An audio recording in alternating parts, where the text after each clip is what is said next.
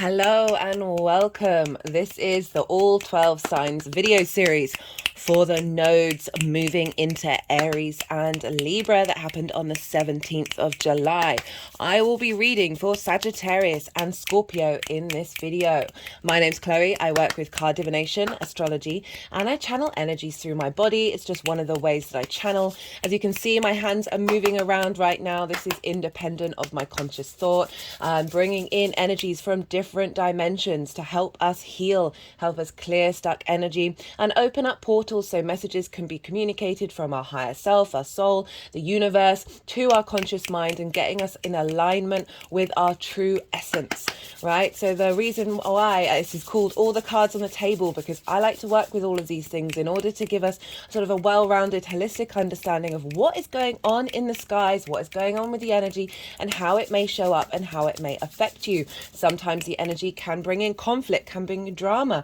It can make you feel really heavy or very overwhelmed and very scatty, or it can just, you're in your flow and there's things that are easy and just everything's going well. The more that we understand that these are energies that are in transit, they are transitory, they are constantly moving, the more that we can make peace with whatever's going on, and then learn what lessons we need to learn, figure out from an innate sense of what it is that we want to do with this energy, right? I like us to make us informed, autonomous decisions, because that is something that the bigger outside world, in terms of our societies, aren't particularly keen on.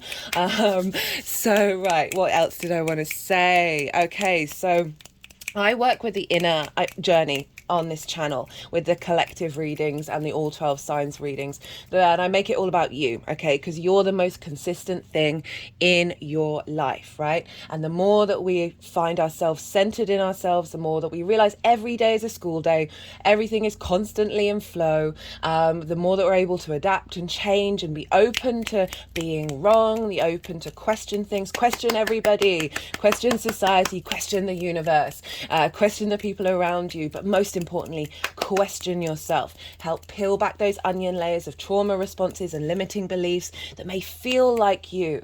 They may really feel like there's a big part of you, but you know, when we go on this journey, we uncover things and realize, oh no, we're capable of shifting and changing, right? And this ability, I don't like blocking ourselves in. I don't like these limitations that we sometimes put around us or society puts around us. I'm not a fan of that. I'm always prodding people's boundaries.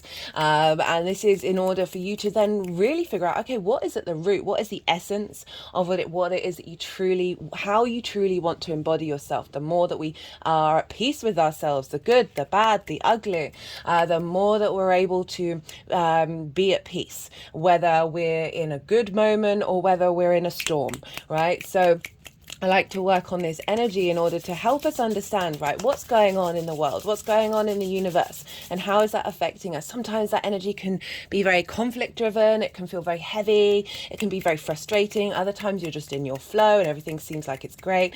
I like to highlight this and say, okay, what can we learn from it if it is difficult? What lessons are we being taught? Are situations coming up that would normally phase you and now they haven't, and they're helping you learn that you're comfortable in this difficult space, and the more that inner peace, that inner foundation that we build here not only helps you, so then, you know, when we peel back the onion layers of trauma responses and limiting beliefs, we get in more alignment with our soul's frequency, and that just ripples out into the world, right? That energy of integration and inner harmony, despite, you know, you still may be having a difficult time, but you can hold space for that difficult time and inner peace, right? So the more that sort of frequency then ripples out into the world, it affects the people around you, it affects your society, and most importantly, it affects the collective. It becomes more available to the collective, that integration energy.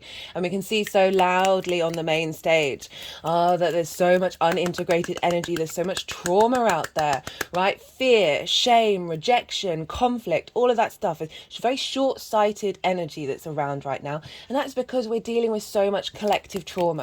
When someone's gone through a traumatic moment or they're facing depression, they're just weighted down, our bodies get flooded with cortisol and adrenaline, and we're not able to think long term. We're very much in the moment. We're trying to control it, right? Because we feel so out of control.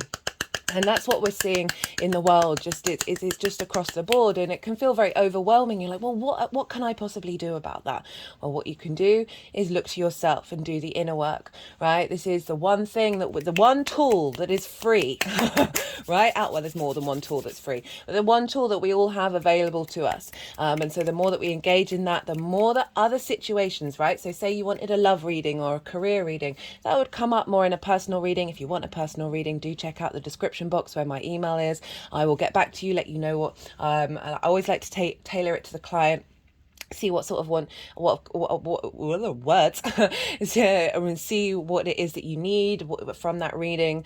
So like, or a natal chart or whatever. But my point is that the more you get in alignment with your own frequency, you draw towards you situations that are in alignment with that, whether that's a career change or a new relationship, or figuring out what you need from the current relationship.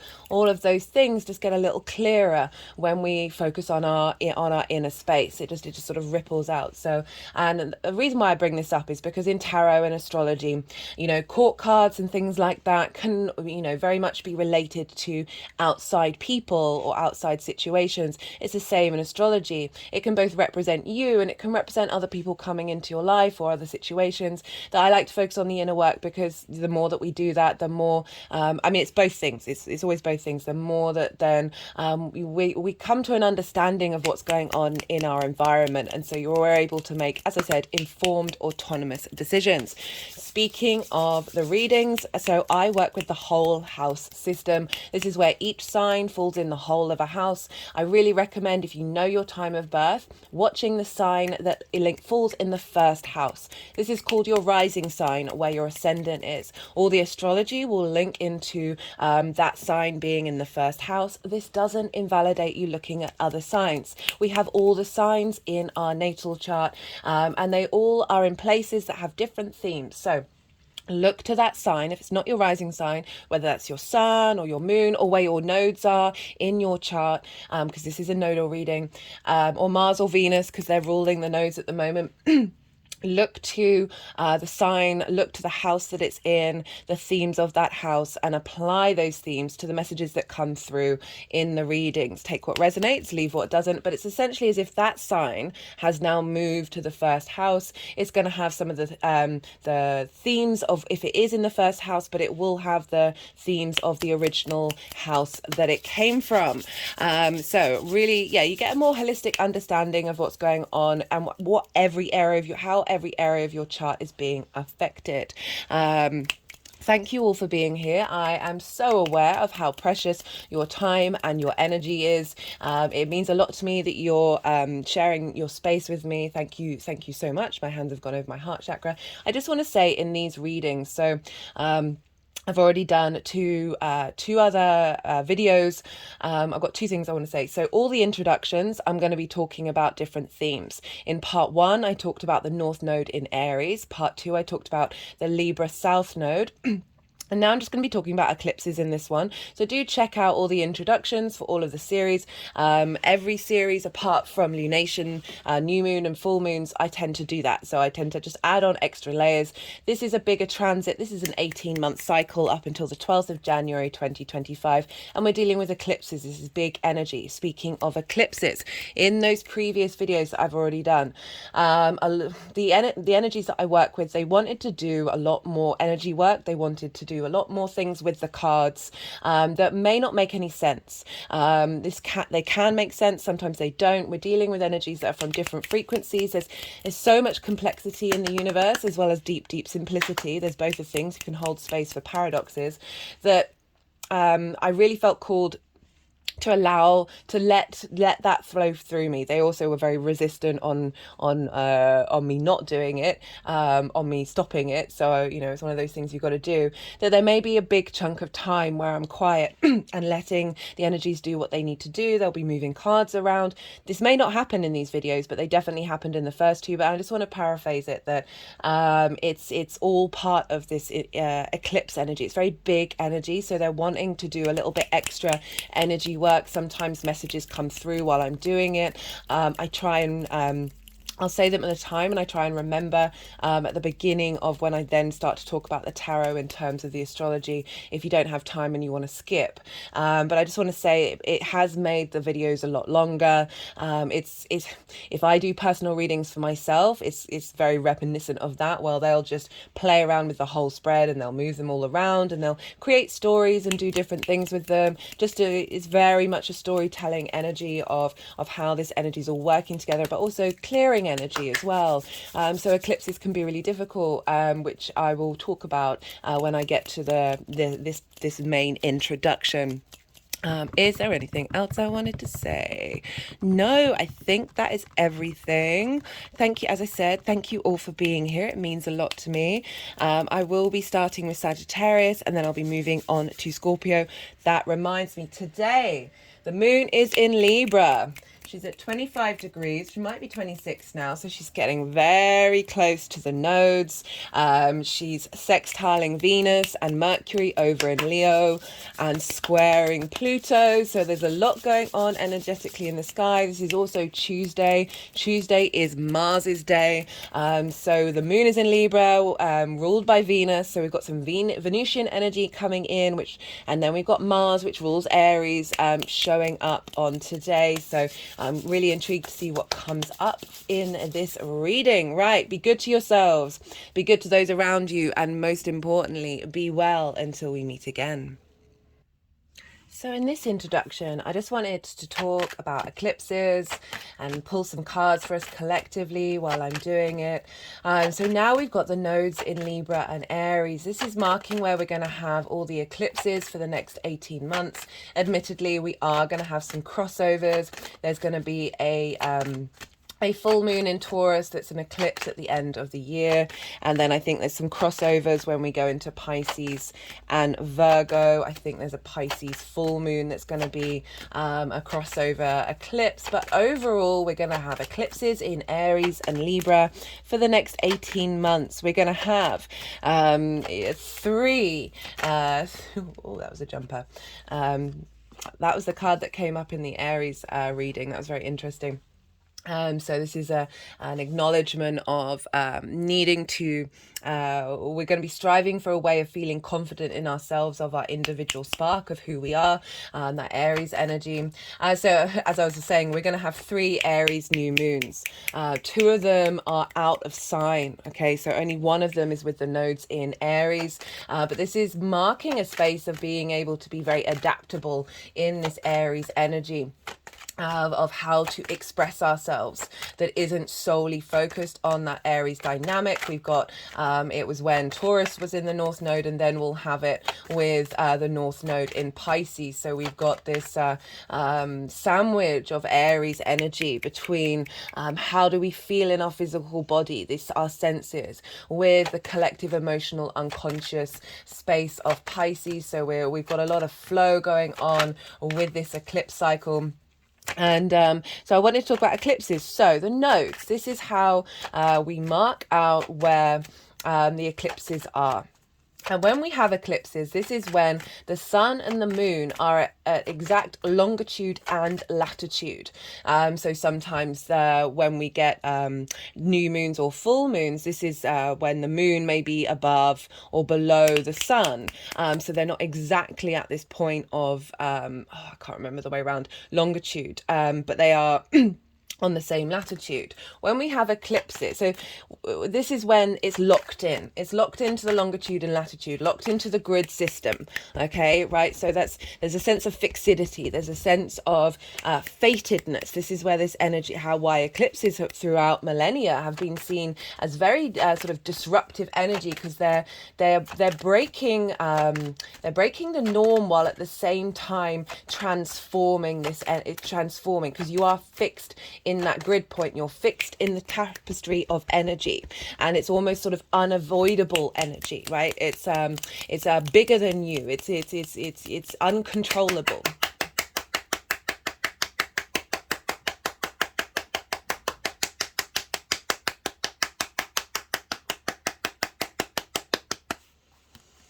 That you can't avoid it. So things can happen to you either that you're drawn to do very in a sort of a embodied compulsive way. Compulsive is too strong of a word, but certainly that you're just incredibly attuned to what it is that you need to do in an eclipse. Or these can be events that happen outside of you. This can be people around you in your life, situations at work, situations in the world that there would have been no way of you having control. It's often recommended to not do any manifestation energy over eclipse energy, because you're messing around with energy that's a lot bigger than you, right? And there's an element of acknowledging your smallness in the bigness, that there are going to be things and pathways that you couldn't even contemplate. And if you start messing around with eclipse energy, what you're asking for can get very distorted, can often maybe reroute you for a bit away from your path. There are some people, like, if you're used to working with eclipses, sure, go ahead and do it. If that's something that's part of your practice, I'm not trying to limit it and try and say, oh, you must not do these things. But there's certainly an element of just being mindful about what's going on in the lead up to eclipses and afterwards, and just sort of rolling with the punches. No, I don't want to say punches. Rolling with the waves, rolling with the energetic waves during this time, and also because eclipses don't tend to, sometimes events don't tend to show up until 6 months later, or they may even be happening in a part of your life that you have not connected to yet. So it may be somebody you then meet 6 months later, or a work situation where a company is thinking about creating a position. They haven't advertised it, you're not even aware of this company, but that is a particular route that you're going down that may come up 6 months later, or sometimes even a bit longer. Remember, this is a whole 18-month cycle. So it's just an acknowledgement of that you are working with something bigger, far bigger than you. And sometimes it's just best to step out of the way and let that happen.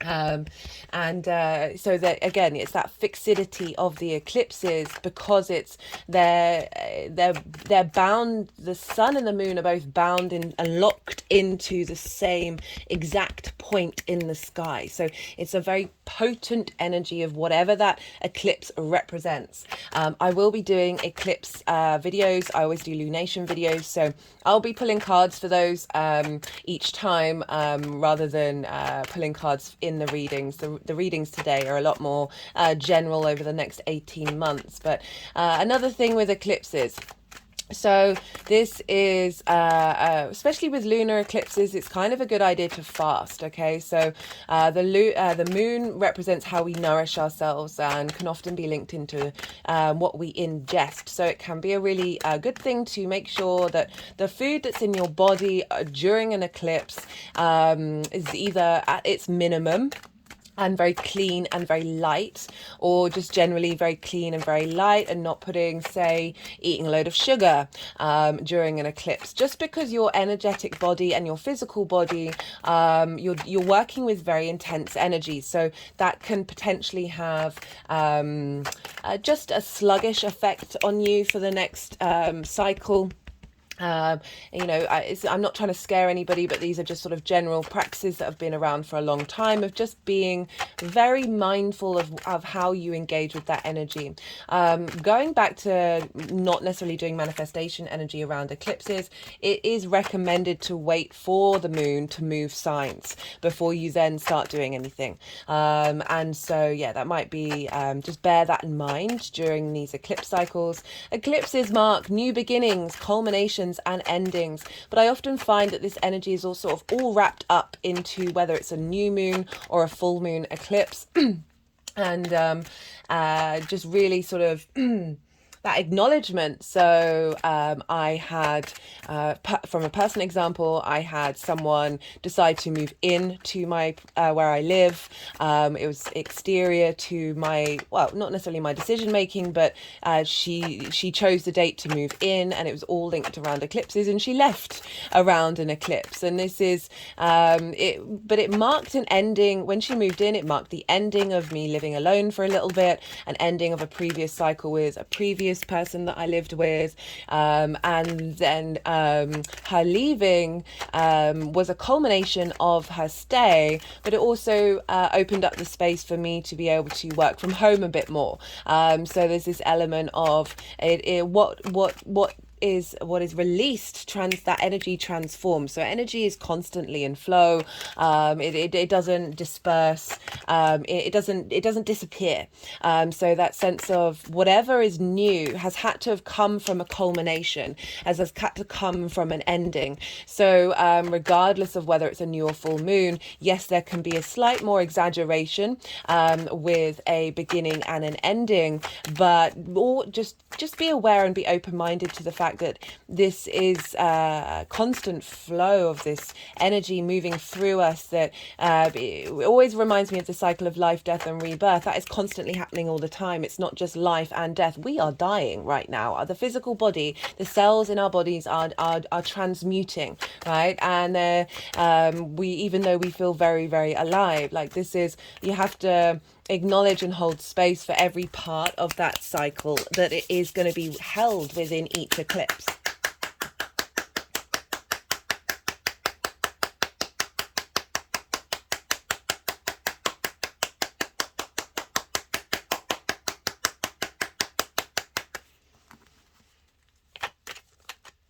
I really wanted to focus on the fact, right, so yeah, we're going to have eclipses in one sign or another, but with the nodes, it's always about a balance. It's we're refining in the south node and seeking in the north node, and through that refinement, it frees up energy to seek. That seeking can trigger new situations in order for us to refine. Though we're constantly going to be moving and engaging with the energy of Libra and Aries, it's not just going to be a focus on one side or the other.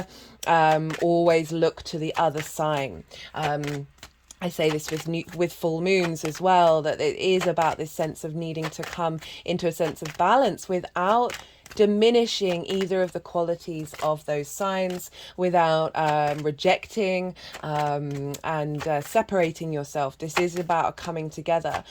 Traditionally, the north and south node are called the head and tail of the dragon, and just imagine that we're on this journey with the eclipses and with the nodal, with the nodes, and this is the same for the nodes in your own sign, in your own chart, that this is about bringing the head and tail together so it is whole. And yeah, finding a way of energetically drawing those two things together so they're then really working in tandem, right? Sometimes we can have an imbalance between the north and the south node. We can feel very comfortable with the south node, and so we can often stay there. And the north node, we can be striving for that, and it can feel like it's never satisfying. It's all about interlinking the energies together and realizing that they are always working together. They are always in tandem with one another, and how important it is to make sure that when there's a Libra eclipse, to be thinking about that Aries side. When there's an Aries eclipse, to be thinking about the Libra, and being able to hold space for both of those energies at the same time. So we're bringing a sense of union with the tail and the head of the dragon together, that they don't exaggerate themselves in a way that does us a disservice, because they feel seen and held and are one again, right? So there's mythology around the Sumerian mythology is that there was this this dragon that got very angry because the gods had been mucking around and killed her husband. And so she got really angry, and she created a load of monsters to go and annoy and upset the gods. And they got annoyed at her, and there was a hero that arrived and said, I will go and slay the dragon. And he did. And this then became a representation of eclipses, this sense of breaking up into pieces, this idea of chaos, because her vengeance brought chaos. But I want to step back into the reason why this dragon kicked off is because they killed her partner, and it made me think about looking at the animal kingdom, the nature that we come from, that we seem to be, in order to create space, we feel like we have to take away from others. And yes, that is a part of the cycle, but like trying to find a happy balance and a happy medium between those two things can bring about a sense of peace, where we don't always have to be in this space of destruction. But throughout time, they used to create effigies of kings during eclipses and put them on the throne in order for the king to not get affected by the eclipses. Because the king in astrology was linked into the sun, the moon was linked into the people, and so there's a definite element of potential discourse with the people when we have the moon eclipsing the sun, and vice versa with the sun eclipsing the moon, and when there's a more sort of hierarchical structures coming down on the people. These are all part of our cycles and our journeys. You might see that in your own life, of somebody with dominance having an effect on you, or you having an effect on someone with dominance, right? Or vice versa, and you being that person.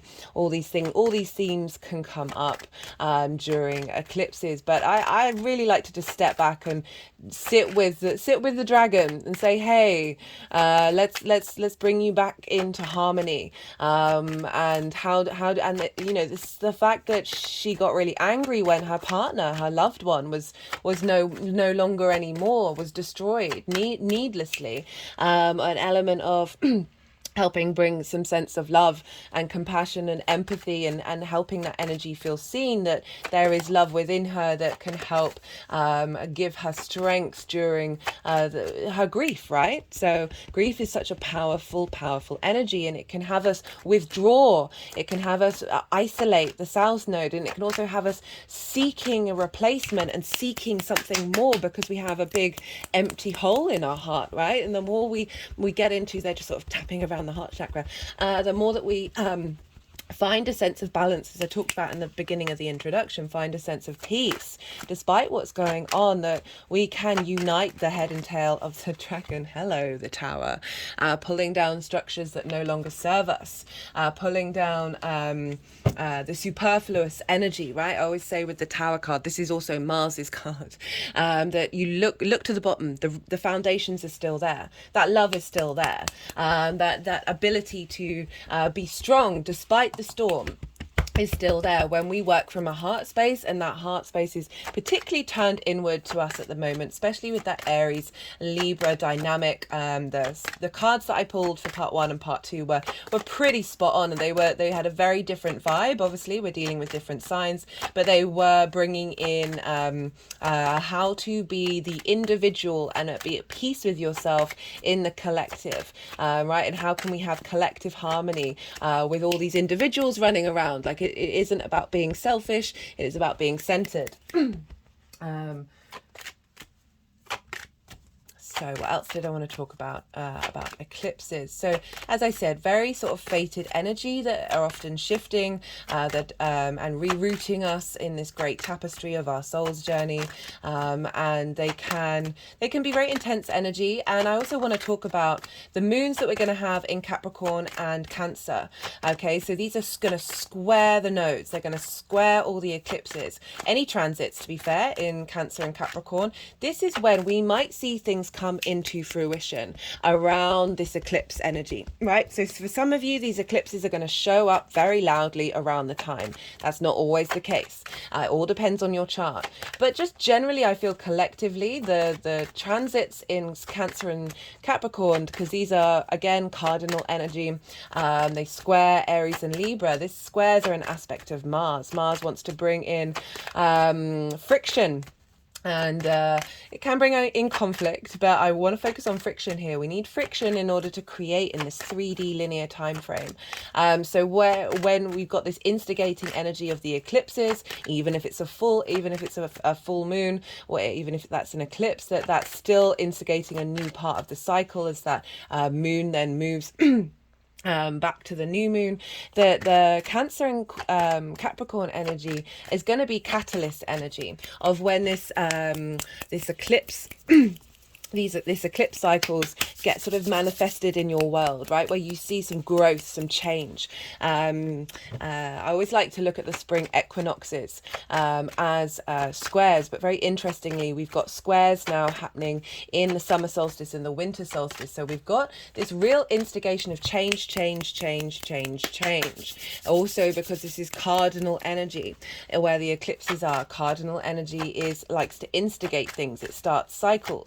It's very leadership. It's this ability to get things going, a new way of thinking about things. Try, and just be in flow with what's going on. You know, some of you may have some difficult times, but just remember the long term. Don't try and control it with this eclipse energy. I always try and limit my planning in terms of manifestation.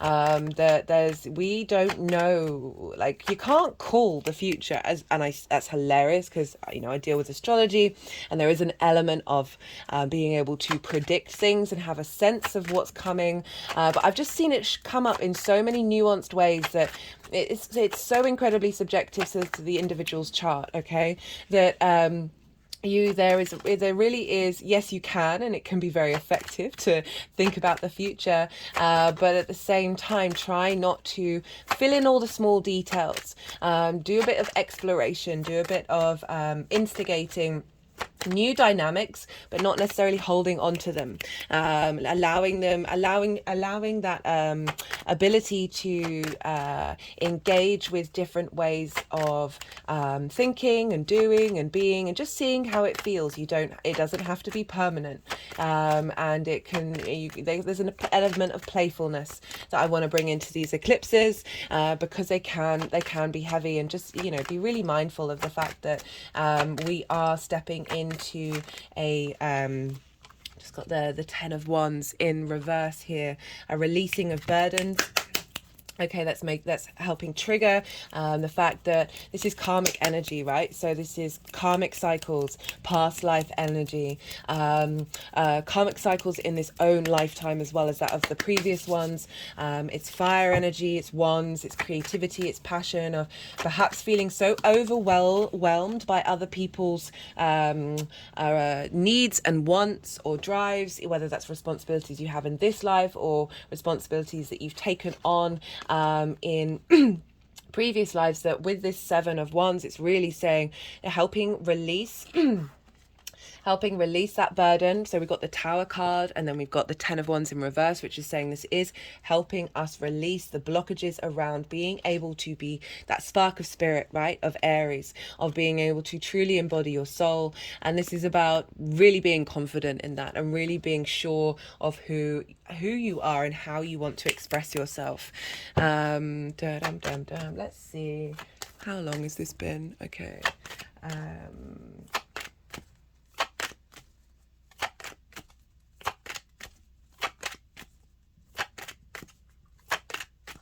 I think that might be everything that I want to say about the eclipses.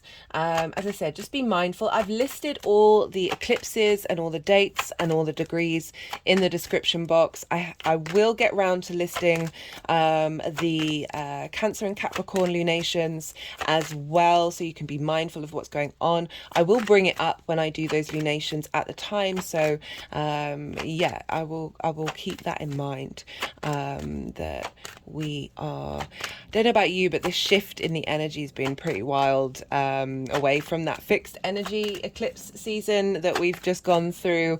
We're now in cardinal, we're now in yang day energy. This is a lot more momentum, a lot more, you know, whereas I said, like, this eclipses can often be other things that are happening that aren't necessarily linked into you, because this is day yang energy. This can be more about what actions you're taking, and what actions that you're doing. And I just feel with this that it's not necessarily about over planning, especially with that Aries energy. Aries just likes to do and go and be and embody, that there's going to be a lot of intuition around that for us all collectively. I've certainly been noticing it in the people that I've seen over the last week, and talked to. a lot of stuff about relationships and lots of stuff about people being independent in relationships as well. It's been really quite fascinating to bear witness to.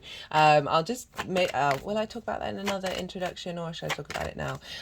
Okay, I'm just gonna, sorry, I just had a lot going on over the weekend. It's why the videos haven't come out sooner.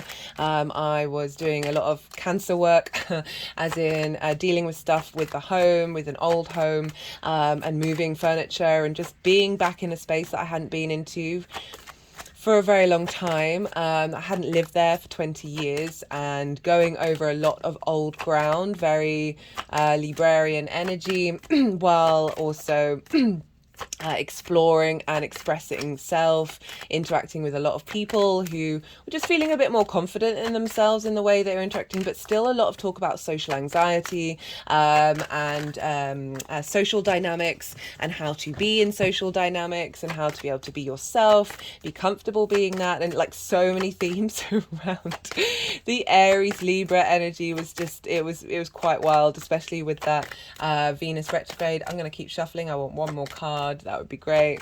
That we're really kicking this all off. It's Yang day and energy, so fire and air are linked into day signs, of taking action, of being very visible, of there's a momentum, there's a clarity. And there's a drive to move, right? They're not bound by gravity. They want to move very quickly. There's very instinctive, let's get the show on the road. Yeah, again, but also that Libra energy of very social, being very social. And how do you want to be in a social situation? What's important to you? And it's just, I just found it interesting, particularly because that Venus went retrograde on Sunday, very early hours of Sunday, or the late hours of Saturday, and how that is so very tightly linked into this new nodal series of where, especially because she's in the sign of the sun, and obviously the nodes are linked into the sun and the moon, of our vitality, of our life force, of our vision and clarity, and where we're headed, and how that's linked into how we appreciate ourselves, how we love ourselves, where our boundaries are, and how we want to express that. And we're going through this big revamp. All the planets are going to be retrograde soon, apart from Mars, which is wild to me.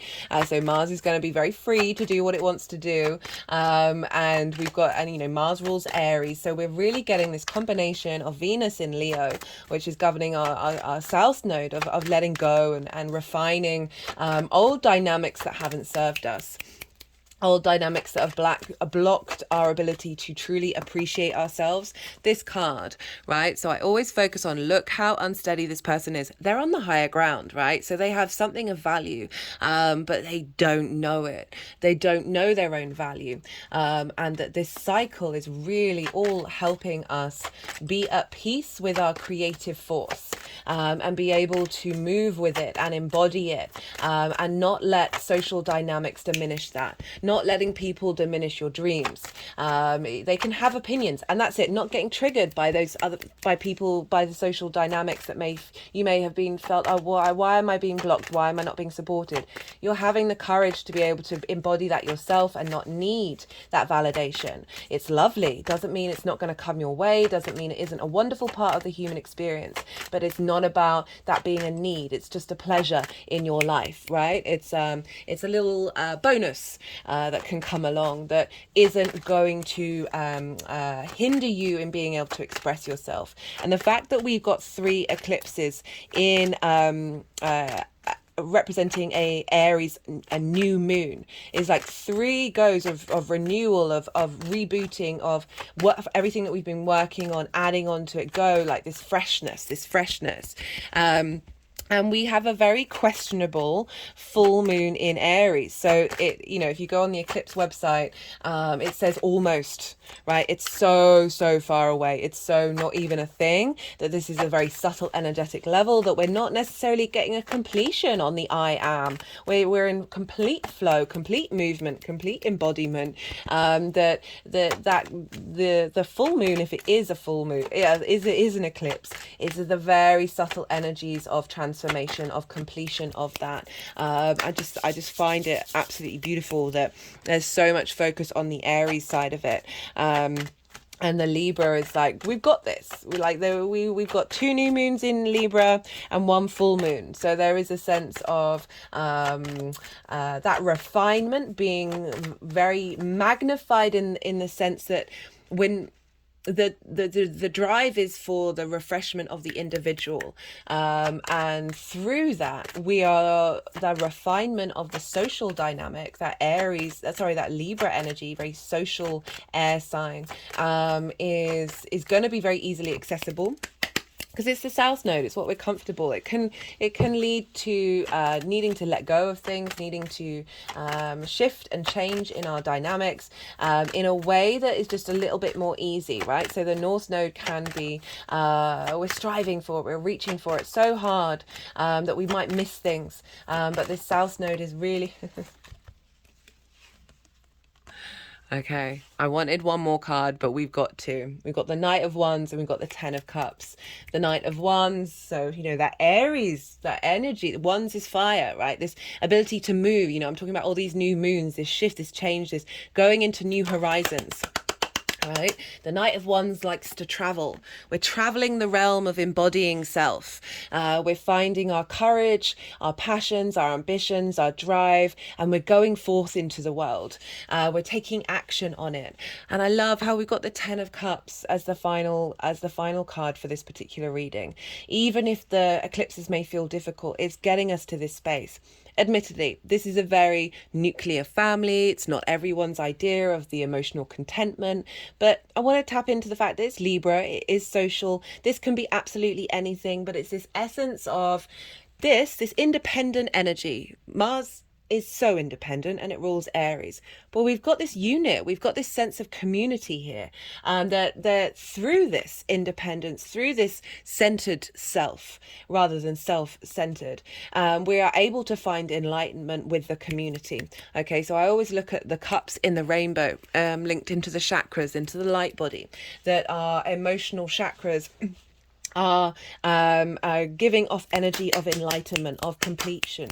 They're all in harmony with one another in order to whatever your dynamic is, whatever it is that you want in the long term of your embodiment of self. There is a sense of emotional completion where we're headed, right? So this is starting a whole new cycle. This can take a while. For some of you, this may manifest very quickly, but I just want, it's the long term. Love that. Love that combination of cards. Okay, we've gone from the Tower to the 10 of Cups. How fab. Right, I'm going to leave it at that. As I said, I'm reading for Sagittarius and Scorpio. Do check out the other introductions if you haven't already, because I broke down Aries and the North Node, and then Libra and the South Node, and you'll get just a more of an understanding of what I've been talking about here. And thank you all for being here. Be good to yourselves, be good to those around you, and most importantly, be well until we meet again. Sagittarius rising. For those of you just tapping into the Sagittarius energy, look to where Sagittarius falls in your chart, the house that it's in, the themes of that house, and apply those themes to the messages that come through. Take what resonates, leave what doesn't. It's as if that Sagittarius energy has now moved to the first house with the themes it originally is in for your natal chart. Hi Sag. Right, so we've got a nodal transfer in fire and air. You are a fire sign. You have moved from the Scorpio Taurus axis, which was inconjunct or inverted to your Sagittarius energy. This energy isn't as free flowing as what you've got now. So now you've got trines and sextiles, which I will talk more about in this video. I'm going to be pulling cards for 4 piles, or at least that's how it was for the other 2 videos. It's been a couple of days since then, so we'll see what the energies want to do this round.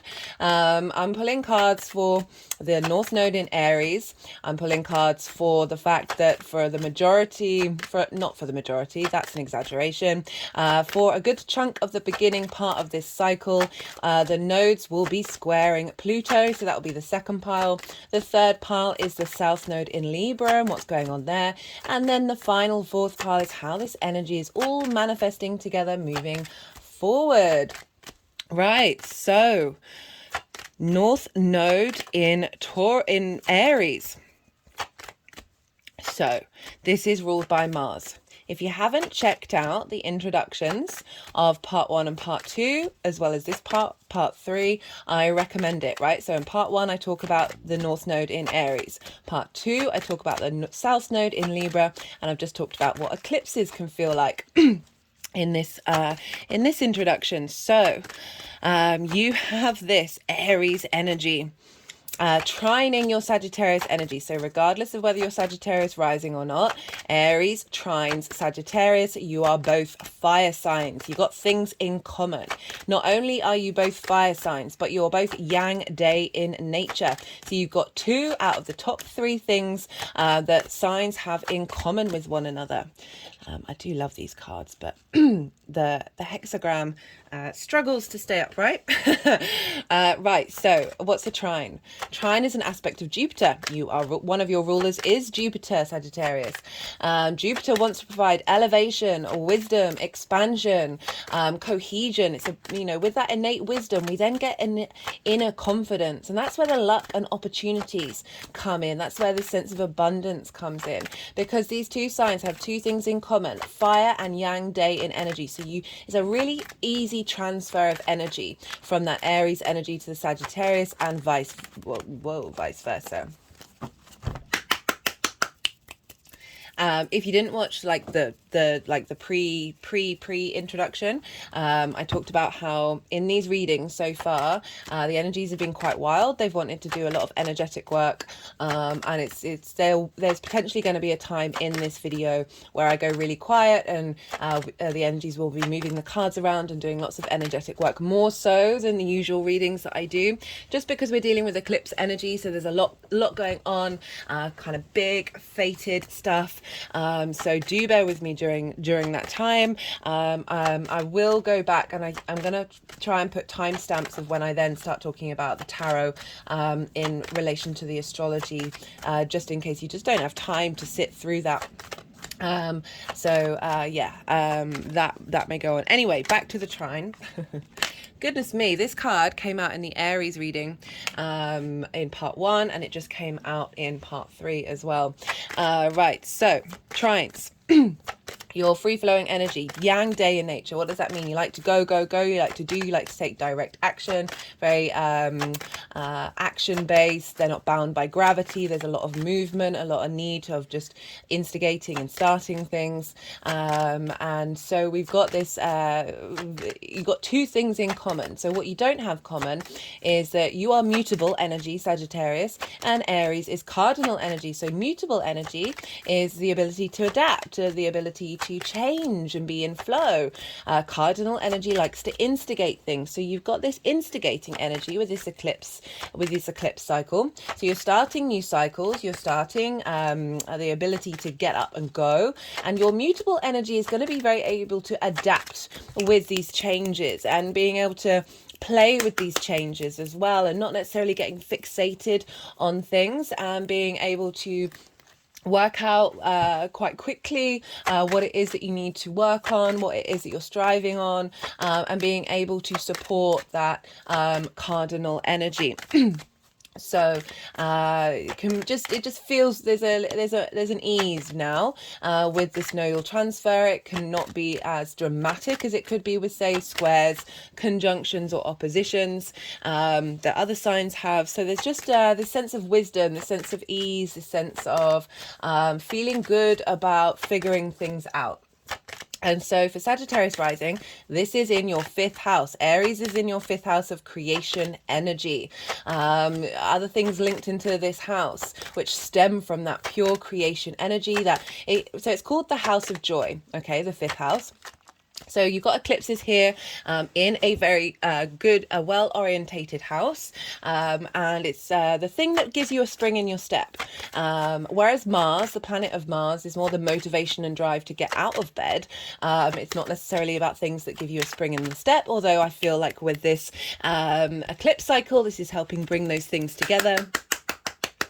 That the fifth house is that joy space. That's that thing that makes you smile, makes you feel good in yourself. It's linked into fun, amusement, play, games, creativity.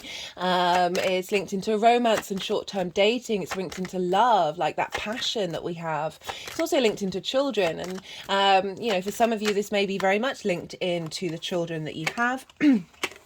Or wanting, or some of you might instigate having children. I'm always wary of saying that because, you know, it's going to be very specific. But the reason why I like talking about children is because anything creative we do, we birth out into the world. So being creative isn't just about linked into the arts. It's not linked just into music or painting or whatever. It's anything that you're doing that has you're coloring outside the lines, so you're adding on your own individual spark to something that you do. You're using the way that you think in order to interpret things, right? So it's a very personal house. And so we've got this trine here between you and your between Aries and your Sagittarius energy for Sagittarius rising. This is how you embody your sun or your moon in your actions and your deeds. It's your body, it's your appearance, it's your vitality. It's often how other people see you. This is the house of self. So you've got this very instigating new cycles, bringing in a new way of embodying your creative spark into how you then apply that in your actions and your deeds, right? So very supportive energy coming through, helping you be confident in exploring creativity on a very personal level, exploring your fun and what your pleasure principle means to you. And so this is a fun dynamic. This is a fun time for eclipses, even if for some of you this can bring about changes in romantic relationships, changing in that dynamic, a reassessment, a reevaluate of your pleasure principle, a striving to really embody that rather than be limited by trauma responses and limiting beliefs, a clearing away of a lot of that.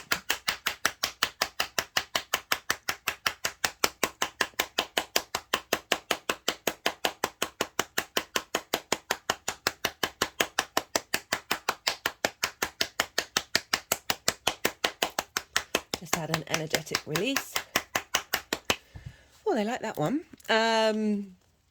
Right, so South Node in Libra. Libra ruled by Venus. So we've got Mars ruling Aries, a very very independent energy. This is truly embodiment of self, or autonomy is very much a word with Mars. So you might find yourself inclined to be doing solo projects in terms of your creative outlet. You might just be feeling more yourself in social situations where you're having fun and amusement. I would temper this with acknowledging that there are always going to be exaggerations of energy with the nodes, wherever the nodes are. Whatever the signs that they're in, they exaggerate, especially the North Node. The North Node exaggerates, right? The North Node amplifies. And so if you've got any planets in Aries or any points, astrological points in Aries, these are going to get magnified over the next 18 months. But regardless, if you say you've got absolutely nothing in Aries, doesn't mean there isn't going to be an exaggeration. There's just going to be more of a focus in this area, this fun area of your life of getting creative. And so that's off the bat of the North Node having been in Taurus, which is your house of work. And your health and your routines. It's more the adult in the room. And so you've been working through figuring out how you want to embody your work, what health and routines. It's a serious house, you know, it requires a lot of commitment. And now you're getting the fun, okay, like how can you get creative with everything that you've learned with those eclipses in Taurus? Because remember, this is cycles upon cycles upon cycles. So what we've been learning there, Taurus is a Venus ruled sign. So we've gone from the North Node being being ruled by Venus, 2 now being ruled by Mars. And so we've got this shift of what feels good, getting creative with that, and now we're taking action in it, in that creative area. So it was great to get how you embody your work in alignment with your creative spirit. Okay, that can apply in so many different ways, and really finding the joy in existence over the next 18 months and a focus on that. But I would say it's all about balance. So I will talk about the South Node in Libra, and realizing that exaggeration, that amplification that the North Node can bring may have you focusing a bit too much on that area of your life, especially because it's easy and it's free flowing with that trine energy to your Sagittarius energy. I am just saying this to be mindful with it. I think we're getting a lot of help with our intuition off the back of that Cancer new moon that we had just before the nodes changed signs. If you haven't seen that collective reading, I really recommend it, because as I talked about in the introduction, the transits that we have in Cancer and Capricorn act as catalysts, and we've already had an eclipse in Aries. Which reminds me, do check out that eclipse. I might put it, that reminds me, there's a playlist which I've done for the North and South Node in Libra and Aries, and I've put in the previous Aries new moons. We've had 2 Aries new moons this year, and the Libra full moon, because that really felt like it brought up a lot of themes linked into what we're now working with this nodal cycle. So do go check that out. So I'm just being mindful with Aries. It can be a bit brash. It can be a bit, because there are so few masks with Aries, which I love. I absolutely love that. I know where I stand with Aries energy. But it can ruffle some people's feathers. So just be integral with the way that you work with this Aries energy. For me, it is the spiritual warrior. Sometimes it can, very much be like, I'm going to be independent for the sake of being independent and don't care about anybody else, and I'm just doing me. That's not really what what we're aiming for here. It's like, what is it that you want to defend? What is it that you want to embody on a deep level? Rather than the sort of superficial needs, and instigating a new cycle with that, especially around the pleasure principle, especially around what does bring you joy, and not having the social dynamics of Libra perhaps limiting that. Right, so let's go over to Libra. Libra, where the South Node is ruled by Venus. So now we've got Venus ruling the South Node. So whereas before that North Node of what feels good, let's get in creative, how do we get a sense of appreciation and value, that's shifted to the South Node in Libra, and this sextiles your Sagittarius energy regardless of whether it's your rising sign or not. And a sextile is an aspect of Venus. Venus wants to bring about creativity. She wants to bring harmony, connection, a sense of desire and pleasure, love and appreciation, and that's just not limited to like romance relationships. That is your relationship with yourself, that is relationship with the world around you, with the things that you do, with your friends, with your work. All of that energy can be applied. It doesn't just have to be romantic. And for Sagittarius rising, so okay, just in general, so you've got a very whereas with a trine you're both fire and air, both fire and day, yang in nature. With a sextile, you're both yang, day and nature, so it's fire and air. They get along, but they don't have everything in common with each other. So there is a sense of brainstorming with the sextile. So you've got something in common. The way in which you embody your actions and energy is very familiar, but we've got air and we've got fire, and again we've got cardinal and mutable. So Libra, South Node, for Sagittarius rising is in the 11th house. The 11th house is another good house. This is the house of good spirits. So we've got the North Node in the house of joy and the South Node in the house of good spirits. So this is very, very supportive energy, Sag. It's the same for Gemini. It's just in reverse. I'm just going to pause for a second. Sorry about that. I just had something stuck in my throat. Right, so 11th house, the house of good spirits. This is the house of friends, groups and alliances, hopes and dreams, and reaping the benefits of your 10th house, your career house, your life purpose. This is as I said, it's a positive house. This is sextiling your Sagittarius energies. You've got creative brainstorming energy, finding appreciation and value of your hopes and your dreams. Most importantly, we want to focus on that. that the South Node is, whereas the North Node exaggerates, the South Node refines and let goes of things, right? So there's a sense of release.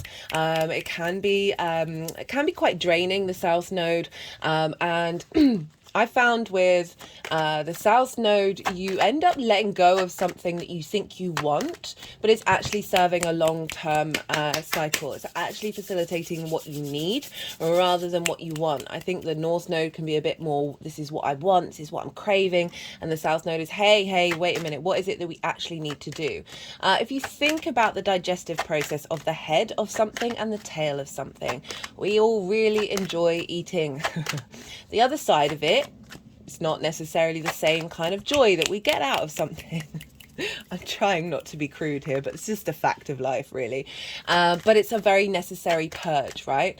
So purging is a very important part of the shamanic principles of purging stuck energy. And so if we apply that to the South Node, that we're really in a state of refinement. We might find with the South Node that this is a space where we go into a bit more of an isolated energy. So with friends, groups and alliances, it might have you withdrawing from that dynamic in the same way that you're used to.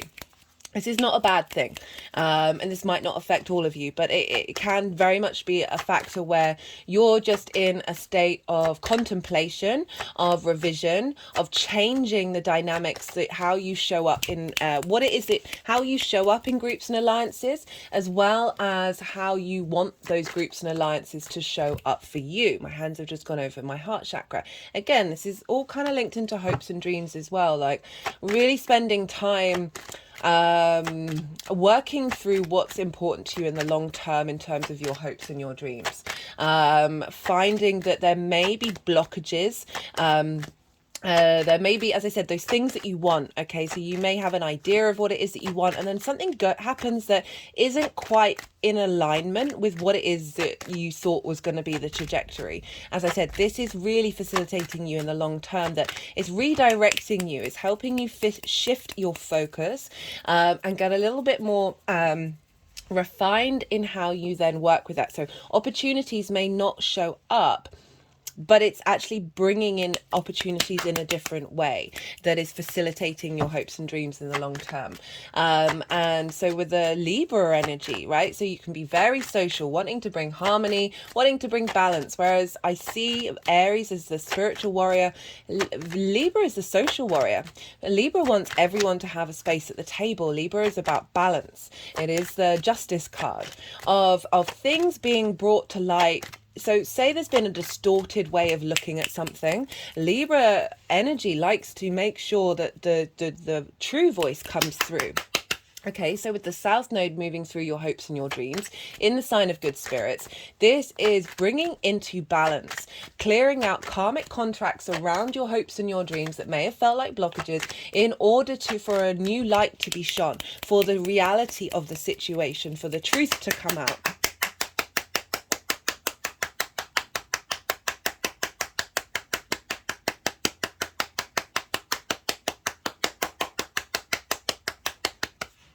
I'm just thinking about how it's also where we reap the benefits from our 10th house of our career, that you may have had that out of balance. There may have been situations where you've put in the hard work and you're not given credit where credit's due, and that can have been really frustrating.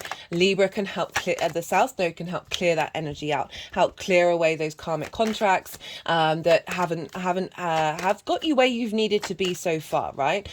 So it's my opinion that we sign up for all our soul contracts in every lifetime, and it's part of this vast tapestry of the nuances of the energy of the universe, of yes, it may not be so clear cut, but every little part, every little journey that we go on helps you get to this point where you need to get to, and then that contract's done. Very Librarian energy. Justice is, the law is often about contracts and contracts being broken, and justice wants to bring equity, right? Wants to bring things into balance and wants to make sure that you're getting your dues, right? So this cycle can bring about a clearing out of needing that validation, needing that honoring of the work that you've done, and by doing so really opens up different ways for that energy to come in, rather than being blocked by your limitations and the sort of resentment that may build up. That's opening up channels for the truth to come in, because you're more comfortable with what it is that you want to do for you, right? Libra is very social, right? It's a social air sign. It wants everything to be in harmony, and often you sacrifice yourself. The Librarian energy can sacrifice itself for the sake of wherever you have Libra, whatever those themes are that it's a very generous, very giving energy, but it can often forget itself. So it may be that you've been focusing on the needs of your friends, the needs of your groups, the needs of your alliance, and it's meant that you haven't been able to focus on your hopes and your dreams in the way that is more facilitating for you. It's not selfish to work on yourself. It's not selfish to prioritize yourself. And this is what this transit's all about, this North Node in Aries. And I love it. I forgot to mention Jupiter moved through Aries in the lead up to this. So we've had a boost of wisdom in our Aries energy. You are ruled by Jupiter. Jupiter's now over in Taurus with how you work. That this is helping bring this wisdom of the self into the collective, into the social dynamic. So it might be that you're striving to do more creative things in groups that are more in alignment with your soul's frequency as well.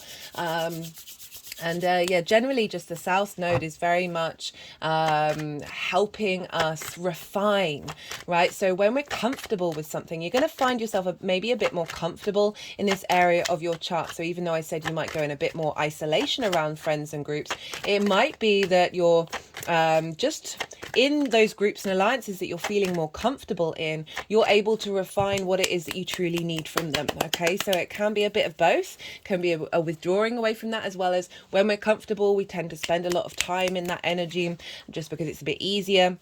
That through that comfort, it then and knowledge and feeling good about yourself, that you're then able to really refine and purify what it is that you need from that area of your chart. And it's very creative, right? So I'm thinking about perhaps you just prioritize one group over another, one friendship situation over another, and through that you might get creative, right? So we've got this brainstorming between Libra and Sagittarius energy, with the trine with your creative energy, that you just might find that that people come along into your life, especially because it's groups, friends and alliances with that South Node.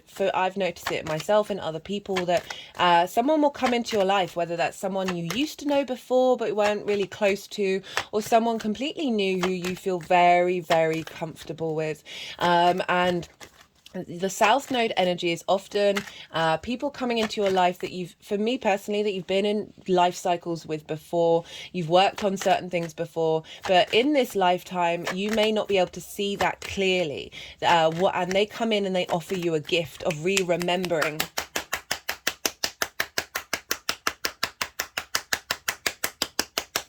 that gift that you've had in a past life. It can be, or remembering a gift that you had in your childhood, and like a childhood friend comes back into your life, and you're like, and it's just a re-understanding of that which you were already comfortable with, whether it was in this life or the past.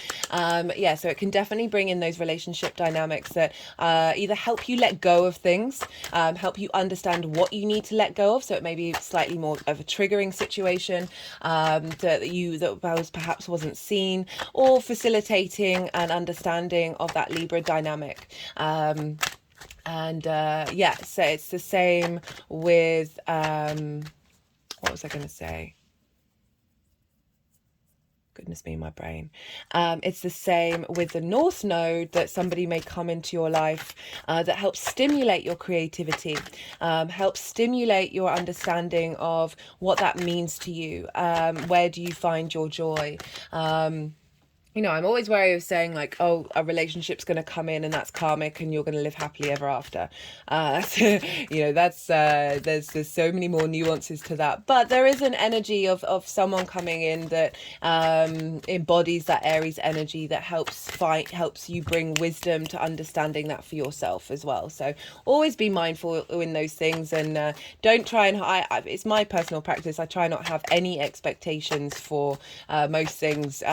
Just being being really open to the experience and sitting with your body and how you feel with it, and not necessarily rushing into things. We've got Jupiter over in Taurus. You are ruled by Taurus. Taurus is slow and steady. This is about the physical senses. So what I really like about this nodal cycle is all the outer planets, for the majority of the time, are going to be in earth and water.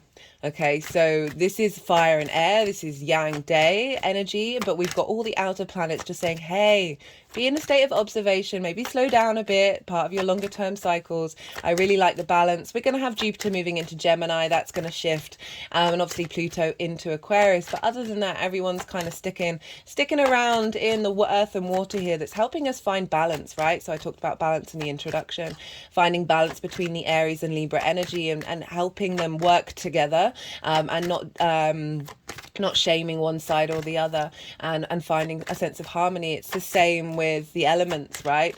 It's the same with the yin and yang of our nature. We have all of that energy within us, and it's about being playful, right? It's really about being playful with all of this. And knowing that this too shall pass, and whatever shows up that may be a bit more dramatic is really opening portals. I should have mentioned the portal word in the eclipse, in the eclipse part. Never mind.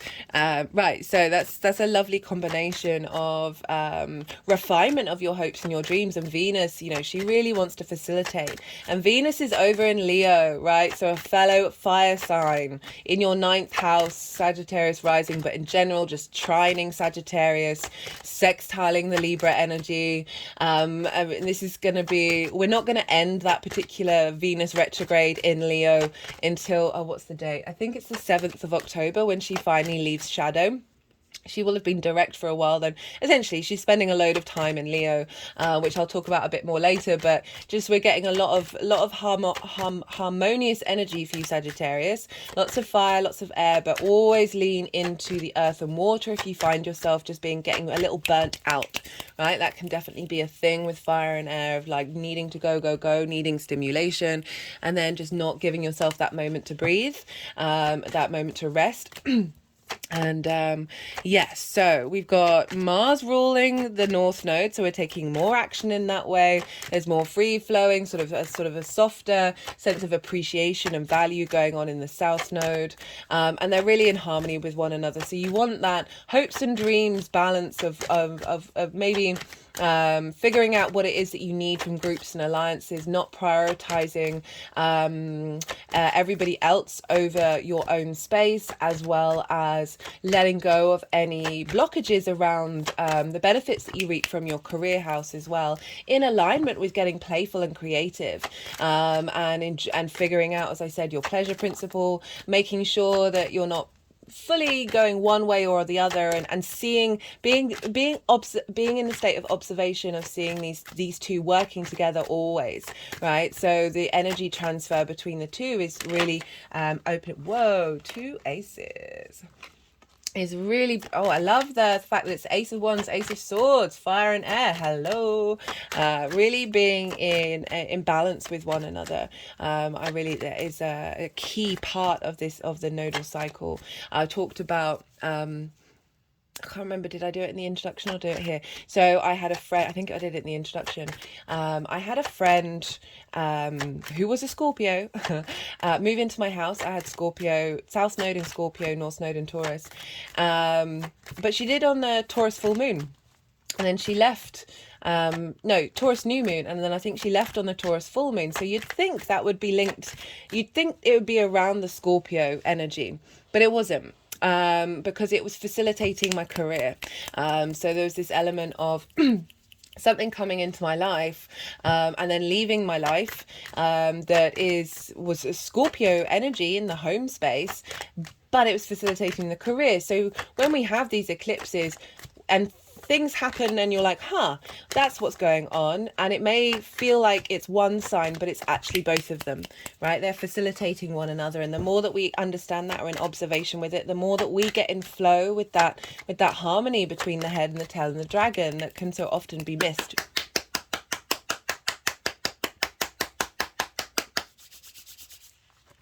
Right, and that is following on from the Scorpio South Node that was in your 12th house. So you've gone through a big change. Big change, right? South nodes through the 12th. This is a refinement of the hidden house, okay? So this is the house of self-undoing. Can be a very intense house, a very heavy house, can be very difficult. And the South node moving through that, it's essentially the hidden constructs of who you are. It's your trauma responses, your limiting beliefs, but also your magic, right? This can be needing time in isolation, needing time in contemplation. But with the South node, it's sort of a releasing and letting go of limiting beliefs and trauma responses, or if you suffer from depression or anxiety, of going through that process of work and letting go, that surrendering and that refinement of self, the refinement of the magic of who you are. And now that you're more in alignment with your unconscious space, now we're able to then fully like refine, okay, what are my hopes and dreams that are truly linked into your soul, like rather than the trauma that we find ourselves enmeshed in and entangled in. So it's a beautiful transition from that Venetian energy in the sign of Taurus. Wait, Scorpio. Sorry, the Martian energy in the sign of Taurus, Martian energy in the sign of Scorpio. Water, fixed energy, clearing out blockages that were fixed emotional states, getting comfortable with that intensity, with that being able to look into the dark, and being able to transform it. And feeling a lot more comfortable with, as I said, that unconscious space, that unintegrated part of who we are. The more that we do work on the 12th house, the more that the rest of our chart gets integrated. And so you've really had that journey over the last 18 months of working with that, and now you're through that. You freed up a lot of clutter in your mind. Oh, my head's just rolled back and moving back and forth. That is, then you're going to be able to see a lot clearer about where you would need your hopes and dreams to be in balance. Like where is the joy in that ability to not only facilitate your own hopes and dreams, but by doing so you're helping your social environment. Okay, so you could be being part of a collective and working on it, and just spending time not necessarily going out in the world, but really like planning and going over things and figuring things out. There may be big projects that you're working on. And that this south node of the purifying energy can really help. It may feel like it's quite intense.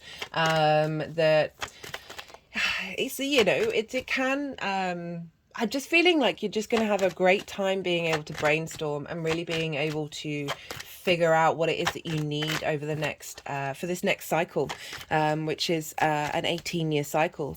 Speaking of cycles, right, so it's really helpful to look back to the last time the nodes were in these signs in north and south. Right, so this was on the 26th of December 2004, the last time, till the 22nd of June 2006, when Aries was in your 5th house. Sorry, the north node was in your 5th house and the south node was in your 6th. So for those of you who are alive around that time, do go think back to what came up around in those years, like what shifted, what changed, what themes came up. It's not going to be exactly the same, it never is, but it is helpful to get an idea of what was going on, so you can be in awareness of that observational state of seeing what pops up, and then being able to work with it a lot quicker than perhaps getting a bit confused and a bit like, what's going on, I don't understand.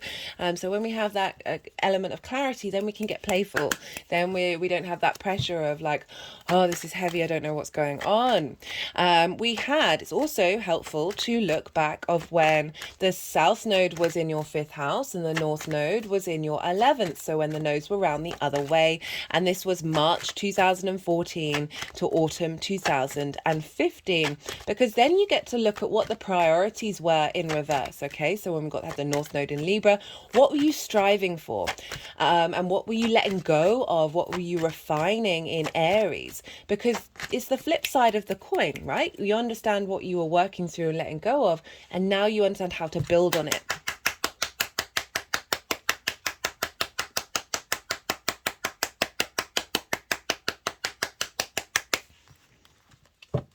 all the dates, all the degrees, all the eclipses, all the decks are all in the description box, because I do know this is a lot of information, so I always try and put it all in the description box so you can go and check it out, write these things down, give yourself space to think about them, see what's coming up for you. So yeah, that's really good to look back in time, to both sides of the coin, to see what's going on here.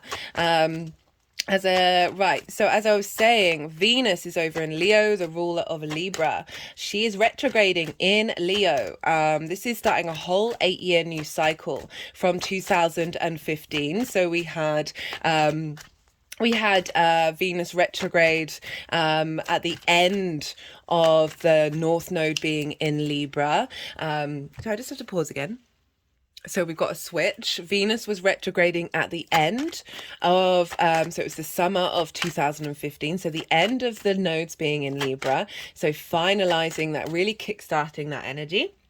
And that started an 8-year cycle to where we are now, where Venus is in Leo, retrograding again, but this time right at the beginning of this nodal shift. So we are really instigating a whole new dynamic of what it is that we need from our heart space, from our sense of value, that warmth of that Leo energy, into how do you want that to be in your groups and alliances? How do you want that to affect your hopes and your dreams? And the 9th house for you, Sagittarius rising, where Leo is your perspectives. It's how you map yourself out in the world. It's the big picture, right? And it's also, it's learning and teaching, as well as going and traveling somewhere that is unfamiliar to you for a longish period of time. And Venus is doing a revamp there of how you see yourself. If you haven't seen the Venus transit in Leo series, do go check that out. That for me is one of the biggest transits of the year, if not because so energetically, like when I'm doing these videos, like in the lead up to them, I'm very naturally called to certain things, and they always tend to be in relation to the upcoming transit. So we've had some big transits since then.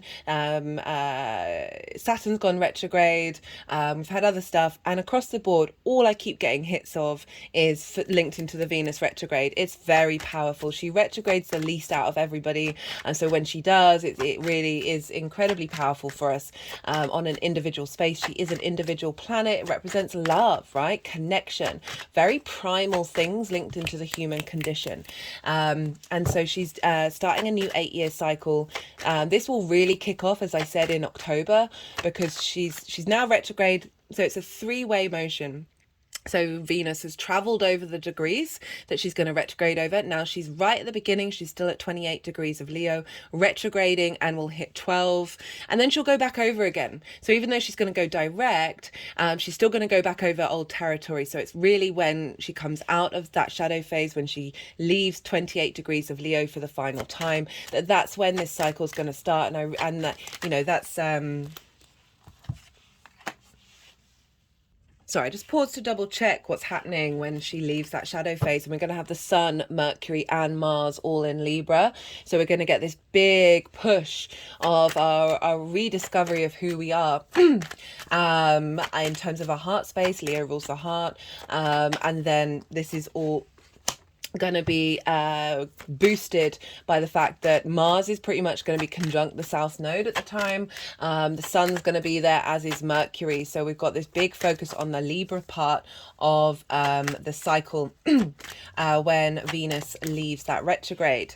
So we've got a big focus on the South Node, despite the fact that we're going to have 3 new moons in Aries. So I really like this combination of making sure that we're more comfortable being in our social area of our life, right?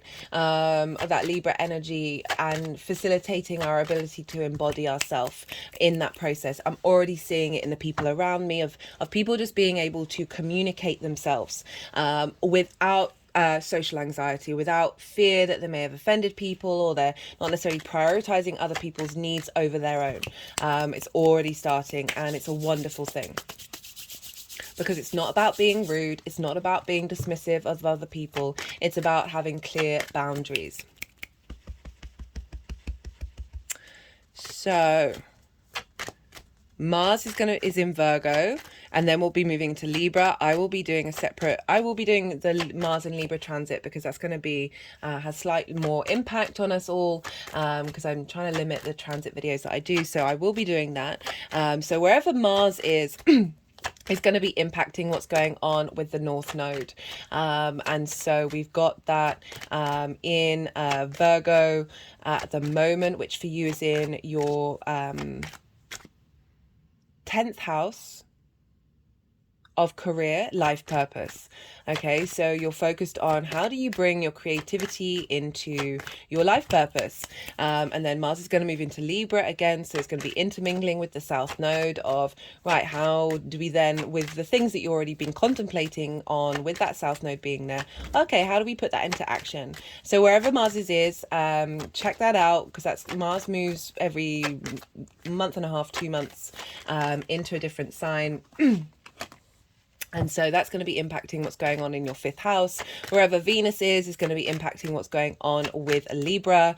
So this is going to change the focus that you have with the North and South Node over the next 18 months. So keep an eye on that one. And also look to where your Mars and your Venus is in your natal chart. The houses that they're in, the signs that they're in, what kind of energy that they're working in with what themes.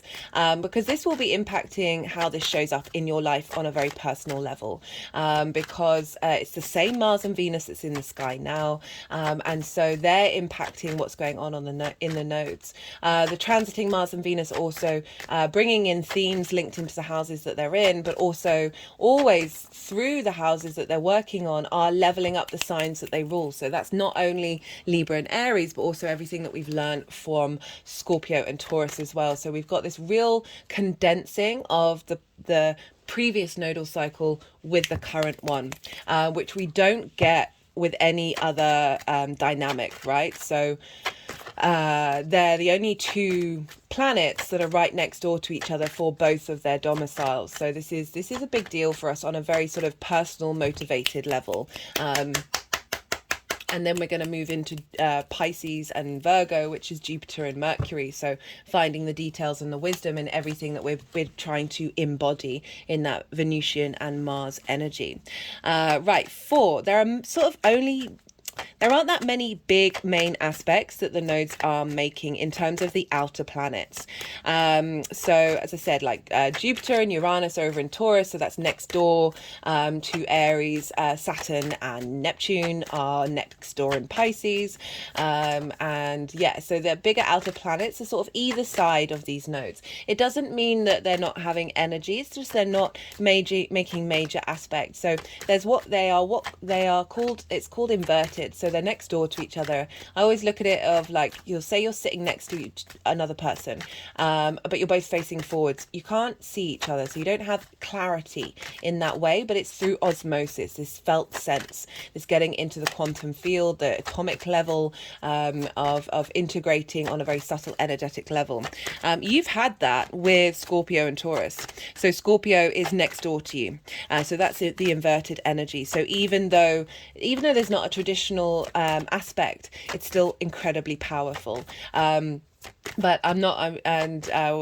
the inconjunct with Taurus, again, that can be difficult energy, but it's about brainstorming and coming together from very, very different points of view and finding balance with that. But so the main aspect I wanted to talk about, well, there's 2, is the fact that till January 2024, the nodes are square Pluto. This is an intense magnetism, a sense of figuring out power, figuring out fear, figuring out obsession, control, intensity, but there's a real sense of facilitating our own internal magnetism and power, and what Pluto was often very much linked into what was underground, right? So digging treasures up from the ground, revealing things, and it also is the acknowledgement of death, of being what are you afraid of, rather than letting fear embody you. Acknowledge that fear is there and see how you can work with it, rather than run away and hide from it. And so Pluto is over in Capricorn, which for you is in your second house of your values. And this is your resources, the things that you have in order to make your money, how you manifest. It's what you care about.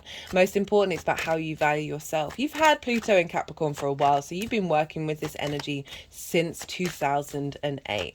But this is poignant. So I said in one of the introductions, the transits in Capricorn and Cancer are a big deal because they are squaring the nodes, and this is when we get a true intense release of something, or a transformation, of a purification, between that will be in the Cancer area of your chart, because that's the midpoint between the North Node and the South Node, so it's heading to the South Node. Wait, have I got that round the right way? Yeah. And then the Capricorn area is the midpoint from the South Node moving to the North Node. And so this is when things are at its highest. So we've got a lot of energy for us all collectively, wherever Capricorn falls, of things coming into manifestation, of being able to facilitate that creative energy into your resources, right? It's the skills that you have in order to make your money, and how you value yourself, like really transforming that in alignment with what you're purifying with your hopes and your dreams, and what you're building on in your exploration of your creative energy. So that's going to be until January 2024. So we've got a lot of intensity with the nodes, and the nodes are already pretty intense as it is with Pluto there. Anything going on in Cancer, if you've got anything in Cancer, as I said, that's a really powerful point of transmutation. We've just had that Cancer new moon. That was beautiful. That was squaring the previous Aries eclipse. And so this really felt through the letting go, that energy was transformed into something deeper, more refined. Our intuition is getting stronger. It's a new moon, so it's instigating a cycle, but it was also squaring that original Aries hybrid eclipse, which was for me one of the biggest moons that we've had in a very long time.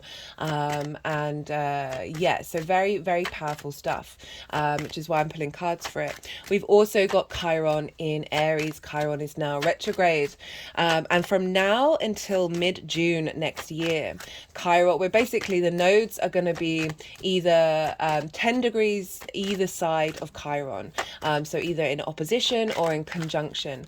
Chiron is the wounded healer. I talk about the mythology a lot of Chiron in the collective reading in the Libra full moon. I might, depending on if any other themes come up, I might bring in the mythology of Chiron, the mythology of Mars, and the mythology of Venus in some of these introductions, so we get a more understanding of what that means for us in this nodal transit. It all depends if anything else comes up, because I've already talked about the mythology of Mars in in the Cancer Mars transit video, and Chiron in the Libra one. But Chiron's the wounded healer. We've been working a lot with Chiron for a while now in this Aries area of our chart. So Chiron was abandoned by his parents, as well as faced a wound that would never heal. So was dealing with this emotional wound that would never heal, and this physical wound that would never heal. And it's about, how do we make peace with that, with things that are very significant in our lives? It's like grief. Grief doesn't tend to ever go away. It's just, it shifts and changes in that dynamic. And with Chiron, he was a master teacher. So it's through that pain, how do we find the medicine?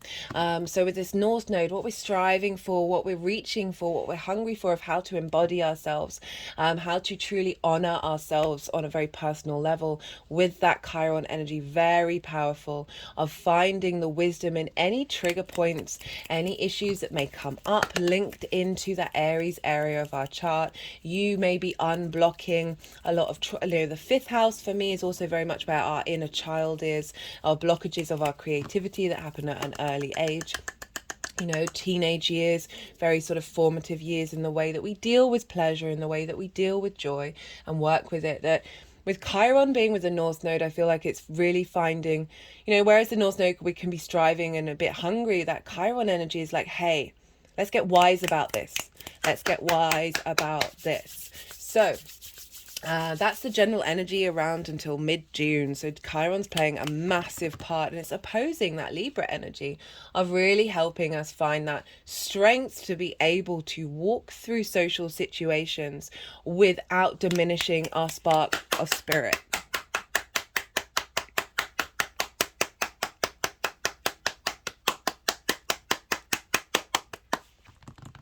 For those of you who didn't watch the introduction, I talked, and apologies for those of you who did, but I always want to make sure that everyone has all the information that they can possibly have forever. That we're going to have 3 Aries new moons in this cycle, 2 of which are out of sign, 1 of which we've already had, which was the hybrid eclipse that happens. Yeah, hybrid eclipse once every decade, right? That was, for me, a huge big deal. This was about instigating a cycle of soul integration, past lives, future lives, all that information, the sort of connection of those with our present life a lot stronger. We're building on that with each new moon that we go through.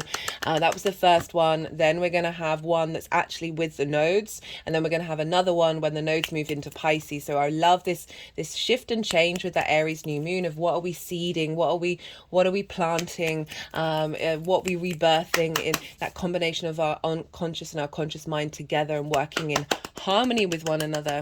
And we've got a very questionable full moon in Aries. In the Eclipse website it says almost, like it's so far away from the nodes.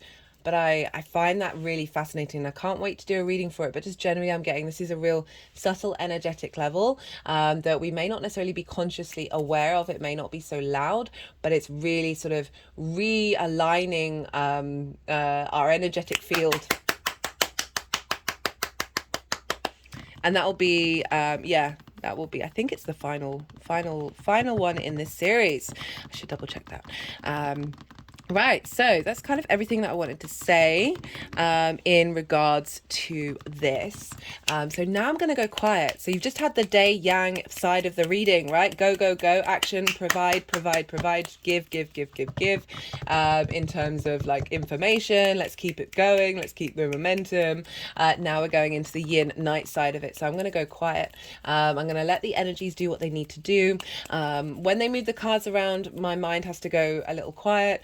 And so this is quite hard to channel, think and talk at the same time as doing that. So I've slowly learned to be very comfortable with this moments of silence, right? We need the action and we need our sleep, right? This is a moment, you've just had so much information said to you, right? Loads. And now you let that all digest, let it integrate, see what intuitive hits are coming up for you already. I've noticed this Aries and Libra energy really show up very, very loudly in my own personal experience and that of the people around me. So see what comes up, see what you're feeling, and then this is all, I don't know how long this is going to go on for. The last readings, it went on for a while. I will try and put in a timestamp for when I go back to when I start talking again and bring the tarot in with everything that I've just spoken about. If any intuitive hits come up while I'm doing it, I will try and remember at the beginning of the tarot, for those of you who don't have the time to watch, right? So I'm going to go quiet now, and I'll see you on the other side. Just going to move this down in case you want to see what's going on.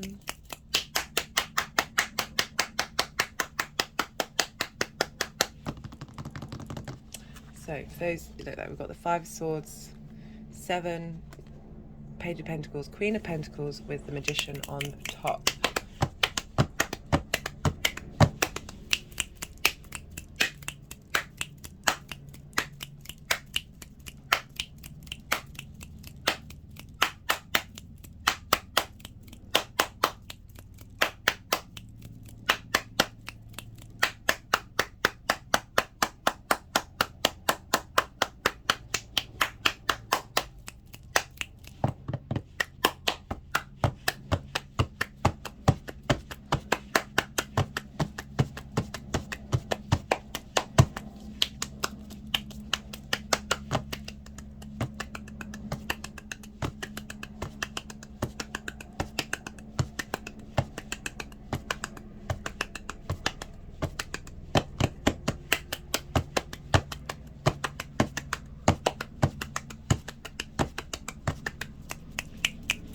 So I just had something come into my head about Aries and the 5th house of the North Node, of you being compelled, just feeling, wanting to instigate, going off and trying something new by yourself, going into a new creative outlook, or going into a social situation where you don't need people around you. Right, where you're wanting to go and explore by yourself, and something you haven't done before, that may open up understandings and bring in new social groups that are more in alignment with your frequency. Yeah, just getting a bit more exploration in what finds you joy, and just instigating lots of things during this cycle. Yeah, after like the imbalance of perhaps focusing on work a lot, with the North Node being in your 6th house of work, health and routines, then now you're sort of stretching out and being like, okay, now I want to prioritize finding the joy in my life.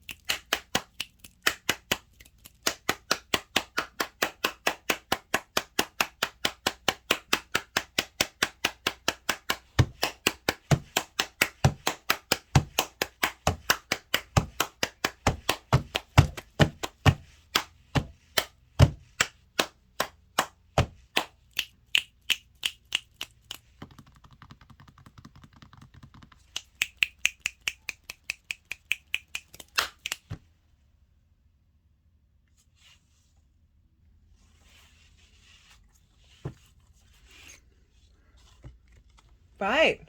So, Sag. Yeah, I just put the deck up there just to help me find the timestamp of, for those of you who didn't watch the energy work, the only thing that came up during that was talking about Aries North Node of just going out and trying new things in terms of amusement and fun and pleasure, right? And creativity, and just feeling more compelled to go into like social situations or events or learning to discover something and get playful with it that you might not have done before and you might have felt a bit uncomfortable with. That can definitely be that then bring in new friendships and dynamics that are more in alignment with your creativity and your creation energy. Right, so for the energy of the North Node in Aries, really quite straightforward energy. These two cards came up in the in part 3, and I think this came up in the Libra reading and that came up in the Aries reading. Anyway, really quite simple. So we got the 7 of Wands. This is as I said in the introduction, right, this person standing on top of a cliff, right? So it's implying you've got higher ground, right? You've got something of value, something that has you standing above the rest. Okay, so we all have that within us, but look, I always focus, like, look at the person's face. Look how unsteady they look. They don't know that they're on the cliff and they're fine. Like, they've got a really good defense. They're protected. But also, look, they're wearing different shoes. One's a shoe, one's a boot. Nothing wrong with that. But imagine wearing a boot that's got like a heel that is way different to the shoe. Different shapes, different structures. You're just gonna feel that little bit unsteady when you're walking around, especially if you're not used to. Anyway, in the traditional Rider-Waite, there's more of a stream running between this figure's legs, implying that you're sort of you're not quite sure, you might slip into something. There's a sense of unsteadiness, and this is about competition, of like having to fight off other people who you feel have what you have. That's where competition comes in, and I always say with this card, look to whether you need to do that, right? So Aries can be quite combative. It's ruled by Mars. Mars traditionally is the god of war, right? So there's this element of especially Aries, right? So Mars rules Scorpio as well, but Aries is in the day. So it's like that competition in the outside world, right? Can be like winning at all costs. So there's a mixture of that, of whatever's going on for you in your 5th house, your creation energy. There's a sense of trying to bring into balance you feeling confident in yourself without needing to pick a fight. Okay, competition's great. Competition can help us strive and do things that we may never have thought of. But if it's done in a way where you've got to claw at it, you've got to win, and despite maybe hurting other people's feelings, like doing it in a way that is not for like, so this is where the balance of that Libra and Aries energy can come in, of it's not about shaking off social norms completely. It's about being decent in the way that you walk through life. Okay, and this card for me very much is, don't think about the competition, right? You are in competition with yourself. That's the best way to work with competition. You want to strive and be the best version of you, and it helps to be around people who are also striving to do that, but you're not doing it in order to invalidate other people's experience. You're doing it to nourish your own. And so for this card to come up with the Ace of Wands, this is implying, right, so you see here, they've got the ace, they've got the one wand, but they feel like they're having to beat off the rest of the world with it. That the fact that the Ace of Wands then comes through, saying, hey, no, we're getting a whole new refreshment in your creation energy, your pleasure principle, the way that you get your fun, your amusement. There's passion, there's creativity coming in, there's a sense of drive, of movement with fire. There's virility here. There's a reignition of your ability to see the wealth of who you are, without, all the 6 wands have now disappeared. You're not feeling like you're having to fight these things off, right? So this is good. This is an 18-month cycle. So it's this journey, this transition from feeling unsteady about what it is that you have to offer. This is the yes. This is a yes card, right? Aces can very much be yeses. You've got 2 aces, and this is showing up in Aries. It is a fire element one, so it's saying you're going to get a renewal, a new way of engaging with that creative energy that isn't combative, that isn't dismissive of other people's experience. You can still hold true with yours without invalidating that. And then we've got the 10 of Cups, right? So, you know, great combination of the Ace of Wands and the 10 of Cups, and saying not only what's coming through is this sort of renewal, this expansion of your passions, your creative spark, right? There's connection to spirit. I always like to point out with the Ace of Wands, there's a house in the background, well, it's a castle, that there is a sense of safety and acknowledgement of self, like you feel safe in your ability to express your passions. There isn't a need to you know, when we feel safe, we don't attack the outside world, right? So bullies beget bullies. So often kids who've been bullied at home then go and find that element of control, that element of safety by recreating that love language. I wonder if I'm bringing this up for some of you because it is about the inner child. Recreate that love language, and I say love language because that's the way that we are shown love by our parental figures or the people around us in a distorted way, because usually that's the only way that they've been shown love, or a way of communicating as well. That there's an acknowledgement of recreating things, but this is saying no, you feel safe within yourself, you feel your inner home, your inner spark, you're able to connect to that creative energy and not feel threatened because you feel safe, so you're not having to attack. Doubled up with the 10 of Cups, this is for me, this is enlightenment, emotional ability to feel nourished in your 3D world. Yes, there's this family here. And for some of you, this is about cultivating a dynamic that is instigating this new connection with other people. It is about romance and short-term dating. There could be an element of that, of whatever comes into your life during this cycle is leading you this way. I am mindful of saying that because I don't like those kind of big promises that get put out there in the world. You're going to know what's right for you if you spend time really being in observation of yourself and your true needs rather than sacrificing yourself for anything else. And what's going to work for you in the long term. But for some of you, that can be it. But this can represent anything. This can represent, but as I said in the introduction, there's a community here. There's a sense of it's not just about you, but your experience that you're cultivating through your journey of discovering yourself in this creative part of your life is facilitating the ease and the flow of the people around you. We've got the 10 cups in a rainbow. This rainbow, you think about the chakra system, how we're light bodies, and when light is refracted, it forms all these different colors, of implying this sense of emotional satisfaction and connection and contentment with all of those different chakra bodies, with all of those vortexes that we have. And when they're in alignment, that ability to be your creative self, however that shows up for you in your life, there's an ease, there's a flow, there's an emotional connection to that. And I like how the cups are coming in because we've got that square to Cancer of our emotional home. And Cancer for you is in the 8th house of give and take with the others' resources.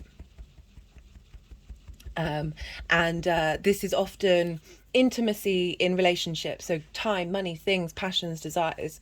The fact that whatever's going on in Cancer over the next 18 months, this is that movement from the North Node to the South Node. So it's starting that journey of letting go, of releasing, of transmuting, of any unintegrated interactions of giving too much or taking too much with the outside world in the 8th house. So finding deep emotional satisfaction through this transformation.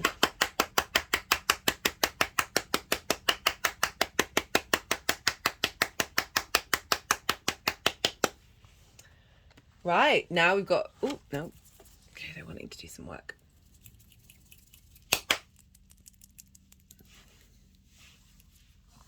Now we've got the Capricorn transit that is squaring the nodes until January 2024. So we've got the Five of Swords, the Seven of Pentacles, and the Nine of Swords, crowned by the Knight of Pentacles. I'm really enjoying this combination. So I was talking about Pluto, like when we've got things in Capricorn going on, this is the movement from the South Node to the North Node. So this is where we're being raised up. This is what's being, there's a sense of culmination. There's of a journey that you've been on, right? So think about Capricorn in the second house. That's your values, your resources, the things that you have in order to manifest in this world, the things that you really care about. As I said, Capricorn's been there since Pluto's been there since 2008, and it's going to dip in and out of Capricorn. It's going to go back into Aquarius for a bit and come back in again. And you know, but this current cycle up until January 2024 is an acknowledgement of the transformation that you've been going on in terms of your wealth, your self-worth, and how this affects your resources and how you make your money. The Five of Swords in reverse, releasing conflict, releasing inner conflict of how you value yourself, right? So this can often be about mental ideas that we have that have dominance over us. I talked about the bully energy. I'd forgotten this card had shown up. I always mention the bully energy because this is very bully energy, right? Something having dominance over these other two figures. Again, we can all be bullies, right? In numerous different ways, and how trauma, in my mind, trauma begets trauma. We're here to break the cycles. And the more that we do that, the more we're in alignment with the universe, because the universe wants to evolve. That this energy of the bully was probably bullied. Then we've got the victim space. That victim mentality can get transferred as well in cycles of, okay, something bad's happened to you. How do you respond to it? Yes, you can tap into those emotional feelings, but are you going to stick in it? Are you going to stay in it? Are you going to let that define you? And so this energy in reverse is saying you're letting go of those issues that may have been blocking you. We're bringing up this sense of moving away from that dynamic with the way that you look at your resources, the way that you value yourself, right? So we can be bullies to ourselves. We can play victim mode to ourselves. And this is saying this is what's getting released with this square to Pluto over the next couple of months of things that you've probably already been working over, because this is a culmination. And it's sort of really highlighted by the fact that they've wanted the Seven of Pentacles in reverse, because the Seven upright is like, this is slow dedication. This is right at the beginning of growing, right at the beginning of the harvest. You've got to be really careful. You've got to tend to all your little plants, and you know, but it can be frustrating. You're not necessarily getting results yet, but it's also about dedication. In reverse, it's saying you've moved through this. There's a sense of culmination of all of everything that you've been working on, of all the difficult transits of Pluto being in Capricorn, and now the nodes are really highlighting that. The nodes are really bringing that into manifestation and letting you know, okay, you've been working on it, you've been doing it. We've also got the Nine of Swords in reverse, and the Nine of Swords, whew, look how dark this card is. This is sleepless nights, this is trauma, this is anxiety, this is depression, of worrying about things that are often so completely overwhelming. You're worrying about so many different things that you're not able to think. You can also be worrying about things that are out of your control. Perhaps there's been issues around money and how you make your money, and like really getting stuck in that worry cycle. That when we are in anxiety, when we're in depression, particularly anxiety, but they often go hand in hand, cortisol and adrenaline flooding your brain. You can't think. Your brain literally stops being able to remember. Short-term memory, gone, bye. You can't connect the dots, right? So everything stacks up on top of you. Your brain gets addicted to that loop. Ooh, to that loop of feeding on the hormones that you produce over the feelings that you feel. So you get stuck in there. And this is in reverse. This is saying this is getting cleared out. Pluto very much linked into fear. We're culminating that journey of what we've been doing with fear. We've got the Knight of Pentacles. Okay, that's wanting to go somewhere else. We've got the Knight of Pentacles. Love this for Pluto in Capricorn. Just the sense of peace that I feel when I see this card, like it's the biggest horse of the night. It's huge, right? It's slow and steady. Loyalty, commitment, dedication. You are gonna get where you need to go. It's also highlighting the slowness of the Pluto transit. Like this is, you know, this is a slow journey. It's got the pentacle in its hand, right? This is the ability to engage in the 3D world, and enjoy it, right? This dedication to that experience. We've got the oak leaves that represent wisdom and strength. This field has been tilled, but there aren't new seeds in it. This is Pluto has been uncovering and going over and composting you're the way in which you value yourself, the way in which you tap into your resources and your skills in order for you, this nodal transit, to be able to bring new things into fruition.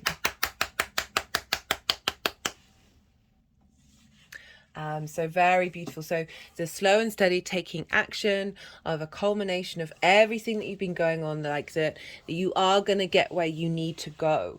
That there is that loyalty and that commitment coming through with Pluto, saying, hey, I know I've been in this sign for a really long time, but it's all worth it. It may have felt like it was dragging out. It may have been difficult, like you've been working through all of this that Pluto probably brought up, like of things not necessarily getting going, or feeling like you've got to be in competition or sparring with people over your sense of value, sparring with yourself. That the Knight of Pentacles has been there all along and saying, look, I've got your back. It may have felt like a slow journey. It may have felt like you're not really getting anywhere. You know, it's not the speed of, say, the Knight of Swords, but it's like Pentacles is work, health.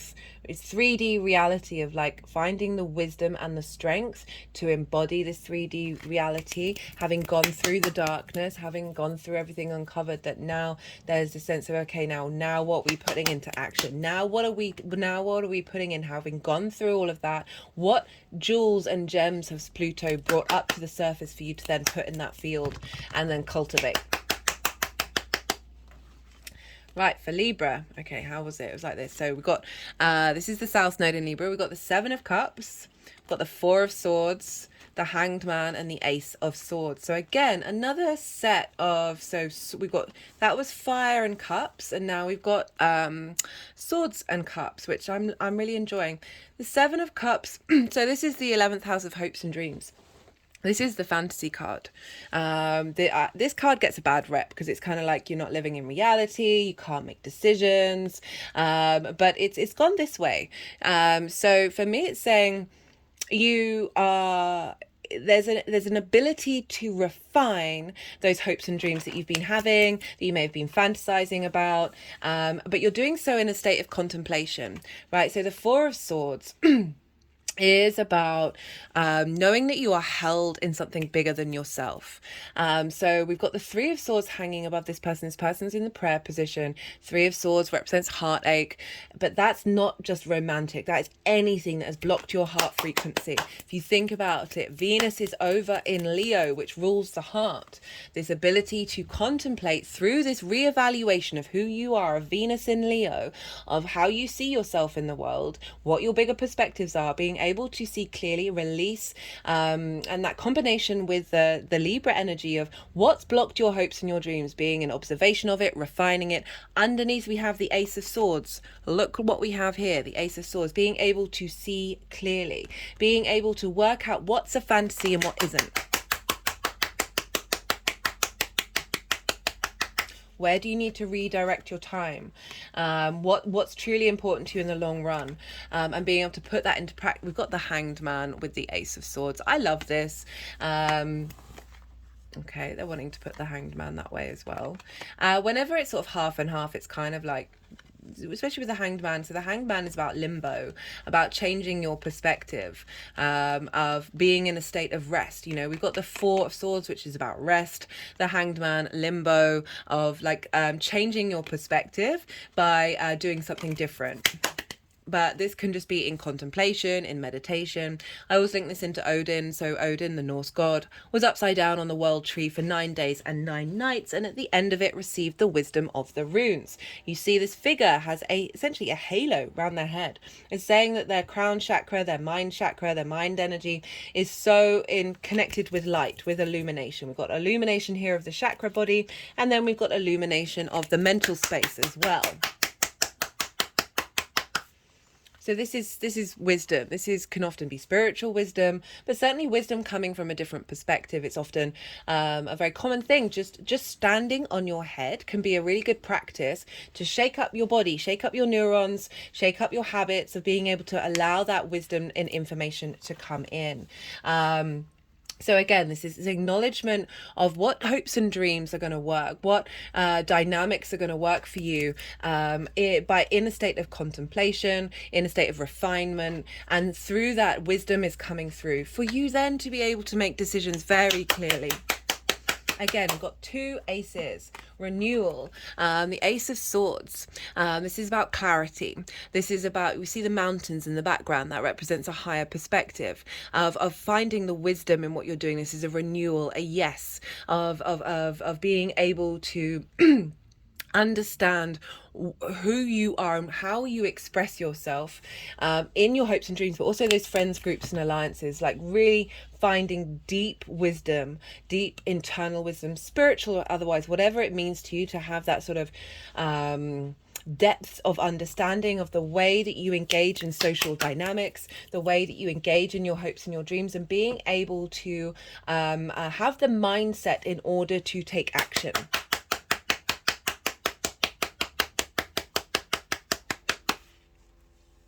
How this energy is manifesting moving forward. Got the Queen of Pentacles and the Two of Swords in reverse. Queen of Pentacles, she is incredibly nourishing energy. It's kind of making me think that Jupiter's over in Taurus, but you know, Jupiter will then move into Gemini as well. Just because you're ruled by Jupiter, that you know this can have an impact, because this is Earth energy, but it's also Capricorn energy, because we've got the goat head here of your values, where that Pluto is. But just in general, the Queen of Pentacles, she's so abundant and so nourishing. She cultivates that earth energy that this knight has been supporting, and nourishes it, cultivates that sense of what do you want in this 3D world, how to take care of it, how to look after it. We've got those hopes and those dreams and your creative energy of you stepping into a space where you can nourish your own 3D existence.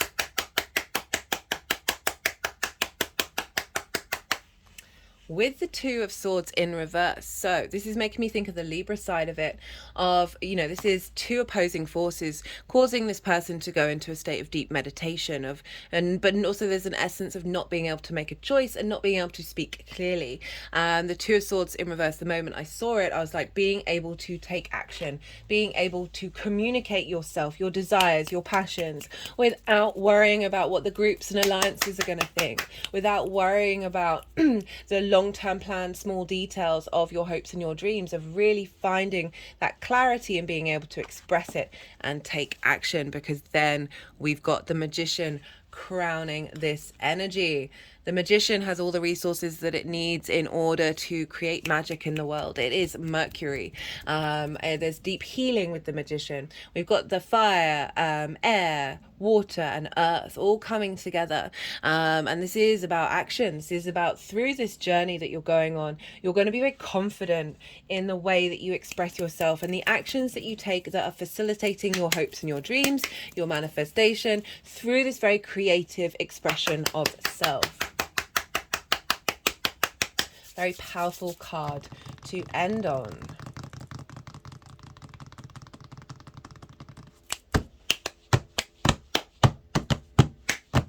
And I like how it's with the Queen of Pentacles. So that's more sort of yin energy of cultivating, of being mindful, of being in a state of observation and getting all the information in order to then take the actions that you need to take. You know, I did say at the beginning, a lot of the outer planets are in earth and water, that yin energy that I forgot to mention this. So we've got nodes in the north and south node, right? Nodes in fire and air. We can get really burnt out by that energy. Look to your Capricorn and your Cancer. Ground yourself, nourish yourself, connect to your emotional body, and slow down, right? So give yourself the space to slow down. I'm glad that this card reminded me of that, of saying, yeah, we can be go, go, go, do, but it's so fast. And you know, there's a need for stimulation with fire and air. That the fact that this is turning up and saying there's actually no, there's going to be balance at the end of this. That it's you know, with the earth energy as well that I pulled for that Pluto, that this finding this ability to work with those two sides of the same coin, the yin and the yang, the more that we understand that there is an essence of each of them within themselves, the more that we find that balance, that don't let yourself get burnt out. You know, I say that to you because it's Sagittarius, because if you're it's Sagittarius rising, sun or moon, you've got some very strong fire placements. You probably might, like, it all depends. If you've got a load of earth and water in your chart, this isn't going to potentially burn you out so much, because when fire and air, when there's a lot more fire and air in the sky, it's a very easy modality to get into, and you can just keep on going, keep on going, keep on going, and then all of a sudden, bam, crash, gone, right? Total wipeout. So I do want to say that it'll all depend on your chart, but I have been mentioning it in the air and fire signs, just because you can just get too overloaded on one way of doing something, and it's always best to find a sense of integration and harmony with the energies. Right, I am going to pull some clarification cards for you, Sagittarius. Let's see what wants to come through. All the decks are in the description box, if any of them take your fancy. Adventure. Like that for the 5th house of creative energy. You know, I sort of mentioned that, of you going off and exploring different ways of engaging with what brings you joy, and facilitating this sense of, you know, I kept saying be playful with this. It's not as heavy as the energy as we've just had. We've got the devil. Sorry, I just got distracted. This is the First Light Tarot. This is Capricorn energy. This is trapped, loss of freedom, fear, ruthlessness. So it's wanting to focus over the fear and the loss of freedom. I thought it would go in reverse. That this cycle, especially in the 5th house, because a lot of addictions can be in the 5th house, because it is where we get our amusement and our fun, and the whole human species is addicted. We're, you know, sugar, coffee, dopamine, all of those things, like, they're addictions, as well as the other more taboo addictions of drug taking, and so many different things, that this, because we had Jupiter move through there, that we're really finding a way of finding the deep wisdom of what this cycle's all about, and the fact that the devil came up reverse, of letting go of things that have blocked you, with that square to Pluto, which is about fear, limiting beliefs around how you value yourself that have impacted addiction levels, right? Based off of trauma, the inner child space. So that's super powerful. Right, let me just I'm gonna pull one more card for Sagittarius.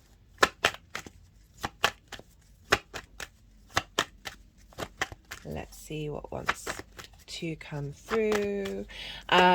So there will be a Taurus full moon eclipse at the end of the year, so we're not quite out of the cycle of the previous Scorpio and Taurus placements. Just wanted to flag that up. That's in your sign of, I will be doing obviously a video on that, of health, work and routines, a culmination of what you've been exploring into how you work, but obviously the nodes have now moved into different signs, so we're bringing that energy into finding, as I said, that creative spark with how you work. Whistle while you work. Getting your hopes and alignments in with your ability to express yourself creatively. Yeah, beautiful, beautiful cards. Very clear.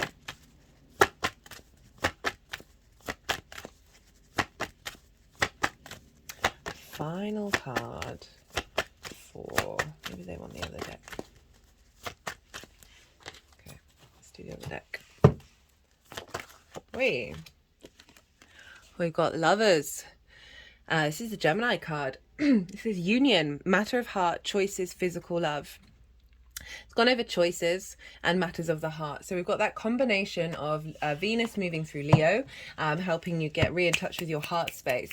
Lovers, for me, this is about, yes, we're dealing with the 5th house, so it can very much be about your transformation of trauma linked around sort of romance, love and passion, right?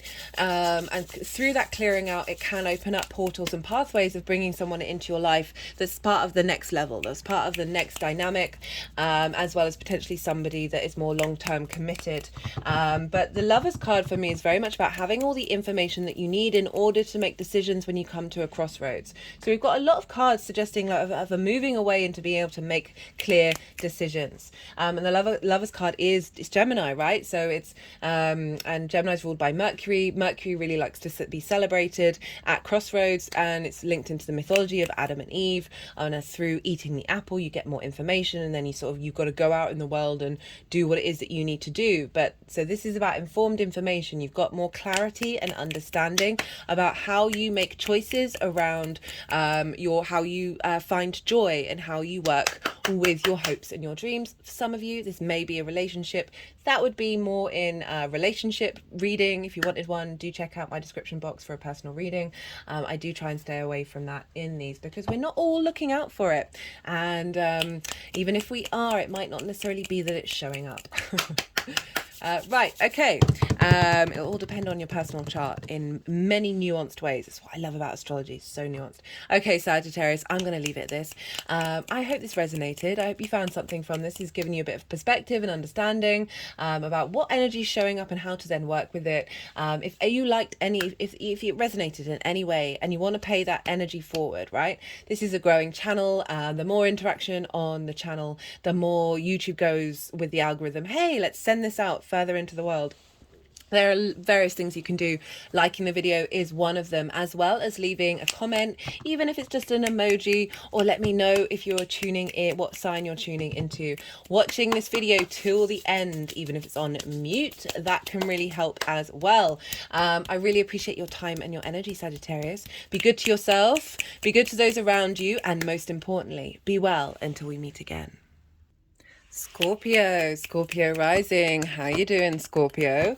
For those of you tapping into the Scorpio energy and it's not your rising sign, look to where Scorpio falls in your chart, the house that it's in, the themes of that house, and apply those themes to the messages that come through. It's as if that Scorpio energy has now moved to the first house. Take what resonates, leave what doesn't. In general, Scorpio, okay, right, so what am I starting with?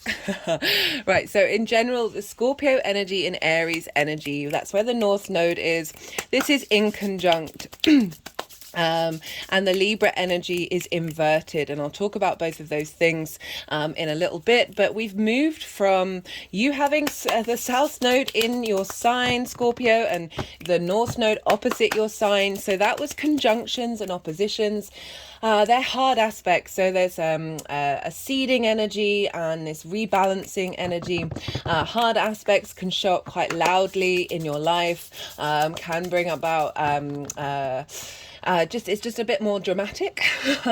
And you've been having that Scorpio energy move through, having the South Node moving through your first house. That's a big deal. I'm going to tap more into that later on when combining it with the evolutionary growth of that South Node and then moving into Libra.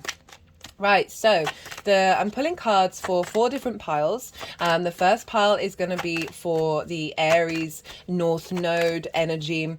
The second pile is going to be about Pluto being in Capricorn, which is squaring this energy until the beginning of January 2024.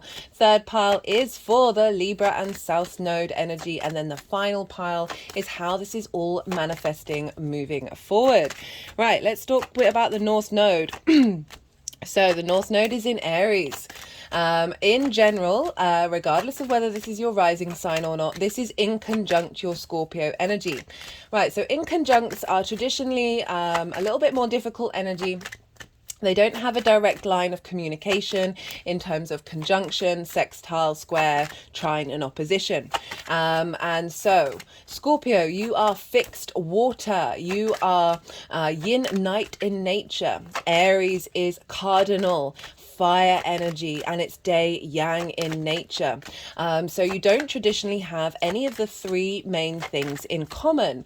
And this just means it makes it a little bit more frustrating, a little bit crossed wires. It can be a little bit difficult to get both of these energies on the same page. It is my opinion that everything is all in cahoots with one another. There's always going to be something that you've got something in common, and there's a wonder of getting these energies to work together.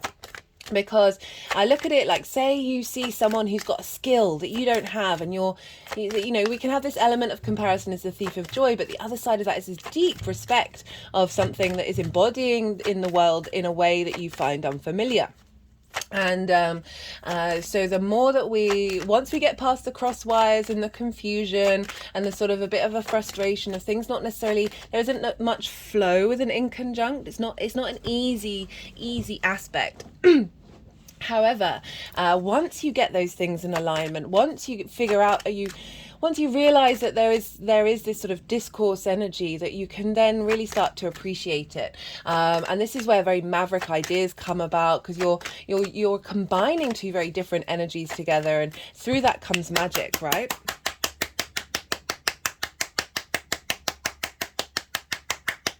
Really appreciating what that other sign can bring to the table, and what you can bring to the table with that other sign.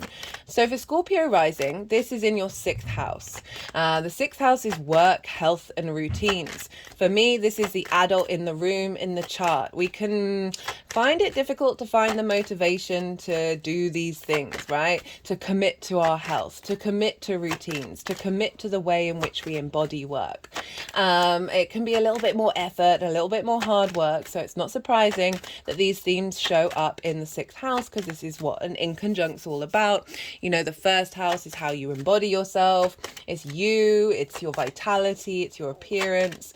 It's very much all about you. Whereas this house with these themes can just feel a bit, it's not the fun. It's not the fun of the 5th house here. Right, so this is a real focus. The North Node exaggerates wherever it is.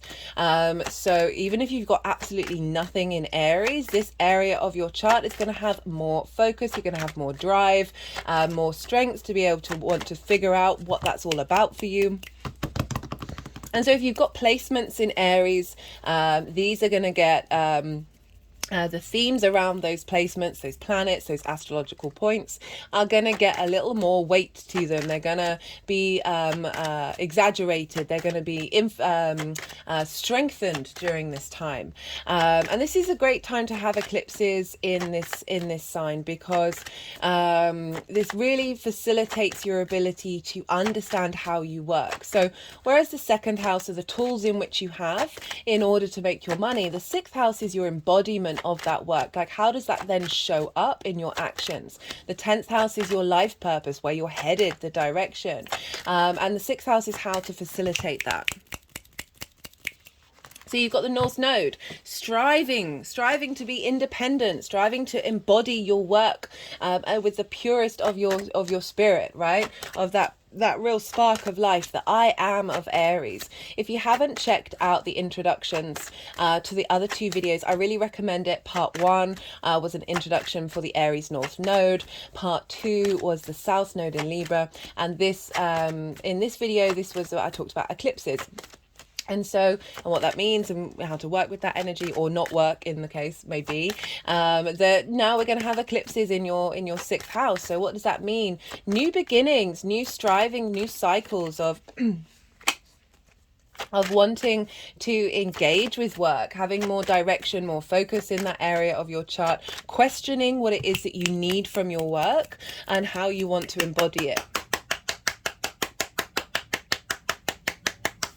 Aries is ruled by Mars. That can be quite combative, but it's also just very independent energy. So you really being able to bring your independent spark of spirit into the way that you work, finding confidence in being independent as well, and not necessarily going along with what everybody else wants. It's about sort of going against the grain. Aries has very few masks in my experience. I really enjoy the Aries energy. It can kick off though, right? So it's cardinal energy. It instigates fights things, it's combative, it's Mars in a day sign, so it's Mars very out in the world. Mars can be linked into the god of, traditionally the god of war and competition. And we've had Jupiter move through Aries, which I feel like has really helped us all with this nodal transit, because we've had a great deal of wisdom and expansion and knowledge and a sense of bringing together of what that Aries energy has meant. You've had Jupiter there for over a year. Jupiter's now in Taurus, so that's shifted gear, but it's really helped you refine and find a deep innate wisdom with how you want to work and how you want to embody that. And so now we're striving for it even more. Now we're shining a lot of light. There's a lot of karmic energy coming in, clearing out old soul contracts in the way that you work, making sure you're not the bully in the room as well. Aries there can be an element of my way or the highway, and this is really helping us with the South Node, which I will get onto, of bringing that into balance and not diminishing other people's experience, while still being very confident in what it is that you know. This is an 18th month cycle, so it is going to be over a longish period of time before perhaps this manifests very loudly. It can, for some of you, manifest almost immediately. It's all going to depend on your chart. So really finding the way of striving for how you embody the way that you work, being able to be confident in the way that you express yourself, and the way that you commit to the work that you do, instigating new working practices as well. Cardinal energy likes to instigate, likes to start things going. And actually the one thing you have in common with Aries is you are both ruled by Mars. Well, one of your rulers, Scorpio rising, is Mars. And so this ability to combine motivation and drive in the area of your working life, also linked into health. That reminds me, for those of you not watched the introduction, so far in these videos, they've wanted to do a lot of energetic work. And so do bear with me during this. They'll probably want to do a fair amount after I finish talking about the astrology. This has meant that these videos are around an hour and a half. And it's because we're dealing with eclipse energy, and this is very powerful energy that we've got now. So do bear with me through all of that in the lead up. I am going to try and put in timestamps that go, that sort of go either side of the energetic work to when I then bring in the tarot, if you don't have the time to watch it. But yeah, I just wanted to let you know. Right, so health and routines, right? So the North Node can amplify health situations, and this can, if it does, it's in order to help you see what might have been missing, but as well as really be able to find the resources to help facilitate that and find the vitality around that.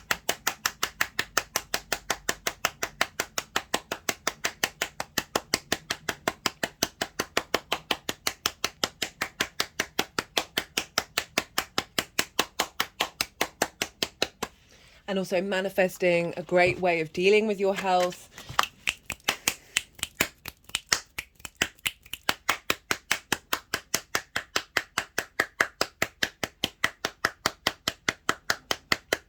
Especially as this cycle kick-started with Mars being in Virgo.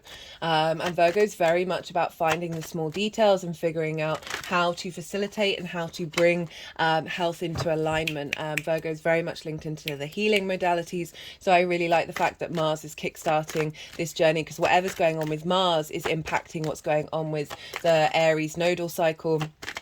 So wherever Mars is going to be facilitating that and bringing up themes around that. And Virgo can very much be linked into streamlining the 3D existence, which is also about health, right? So making sure your body works.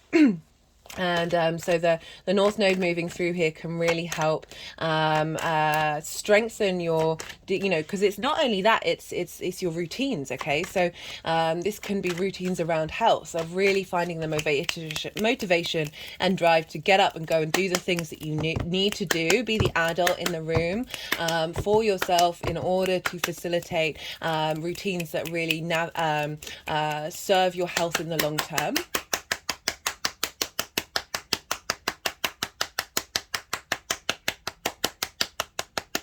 I would say if any health conditions come up, go see a doctor, go see a healing practitioner, whatever it is that you need to do. Don't let things fester.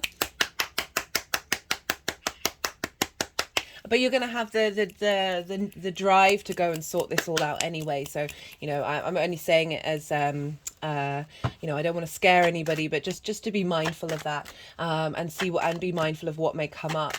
Routines, it doesn't just have to be about, whoa, that just flew right out. Routines doesn't just have to be about health. This is any kind of routine that we can struggle getting the motivation and drive to do.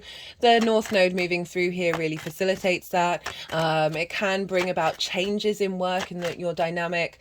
I remember when I had the North Node moving through my 5th, I got really into yoga. I got really into healing practices, finding the right food that it was going to facilitate my body, and just like spent like a real big drive in doing that. Like I was very motivated. I had the will to go and do that. Now you've got it in Aries of Mars, and Aries is cardinal energy. It's instigating things. So but you might find new modalities in ways of working with your health. You know, discovering new ways that work for you in terms of routines that are going to facilitate the way that you work, right? So healthy body, healthy mind, then we're able to do the work that we need to do with a bit more ease and a bit more grace. So look to where Mars is in your chart as well, because that's going to add on themes of what this nodal transit's going to look like. So wherever Mars is at in your chart, the sign that it's in, the house that it's in, the themes of that house, they're going to have a part to play in how this is showing up for you on a personal level, because it's the same Mars, right? So it's instigating, wherever Mars is instigating where your Mars is.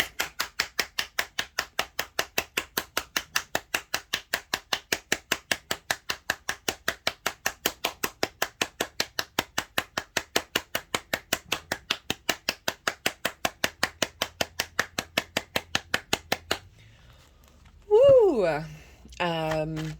That's some that energy. Woo, that was quite wild. What was I saying? Right. Sorry, that energy just completely cleared my mind.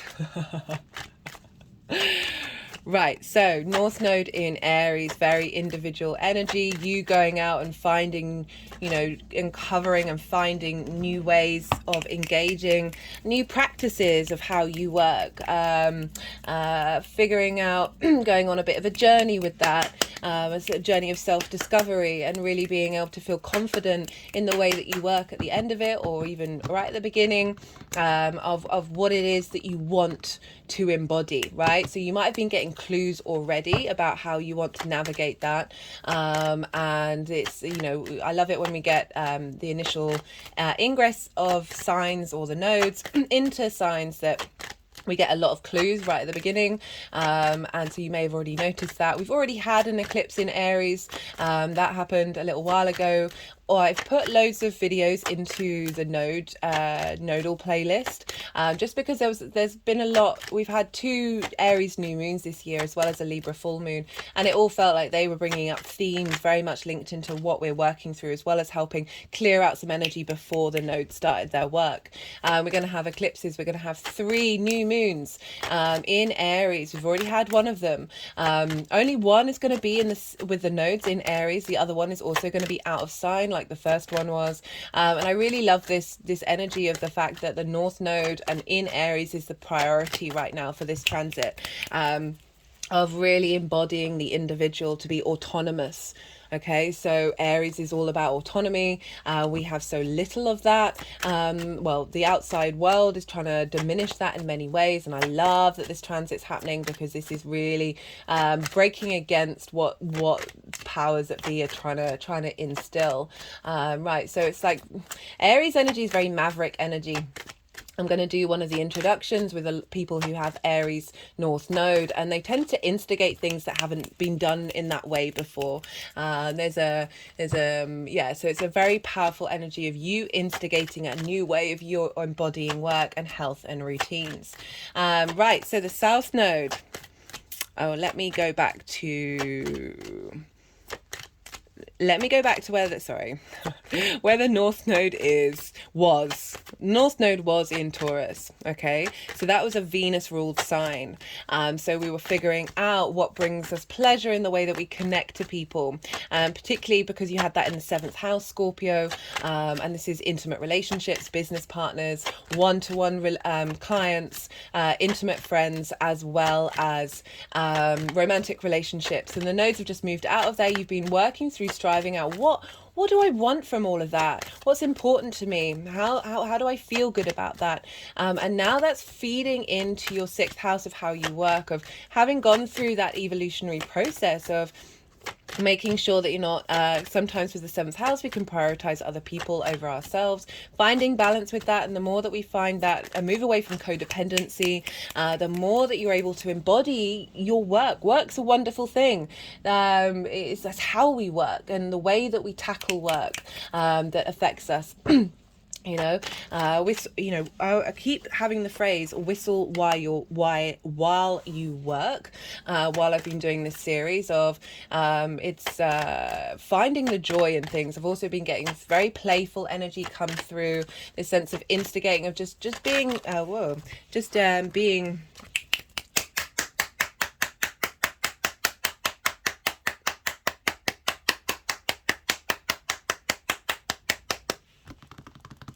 I'm also aware, just as well as this being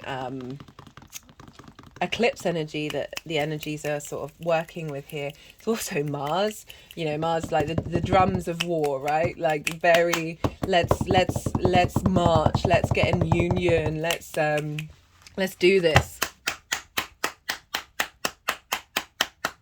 So we've moved from the Scorpio Taurus axis, which is yin, night in nature.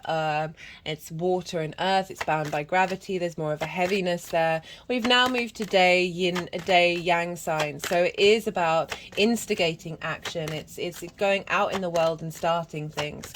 It's bringing things from your own personal experience and taking action that way. Whereas the yin, night signs, it could be more of like the outside world events happening that may have had more of influence in these eclipses. But so we're definitely more focused on the doing, focused on the being. And so there's an element of needing stimulation with fire and air, of that constant drive for movement and momentum.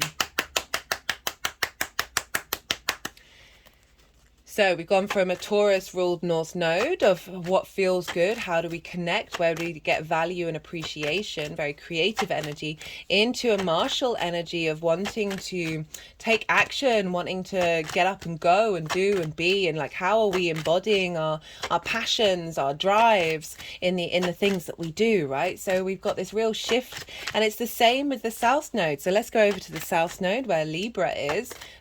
Let's go over to Libra, where the South Node is.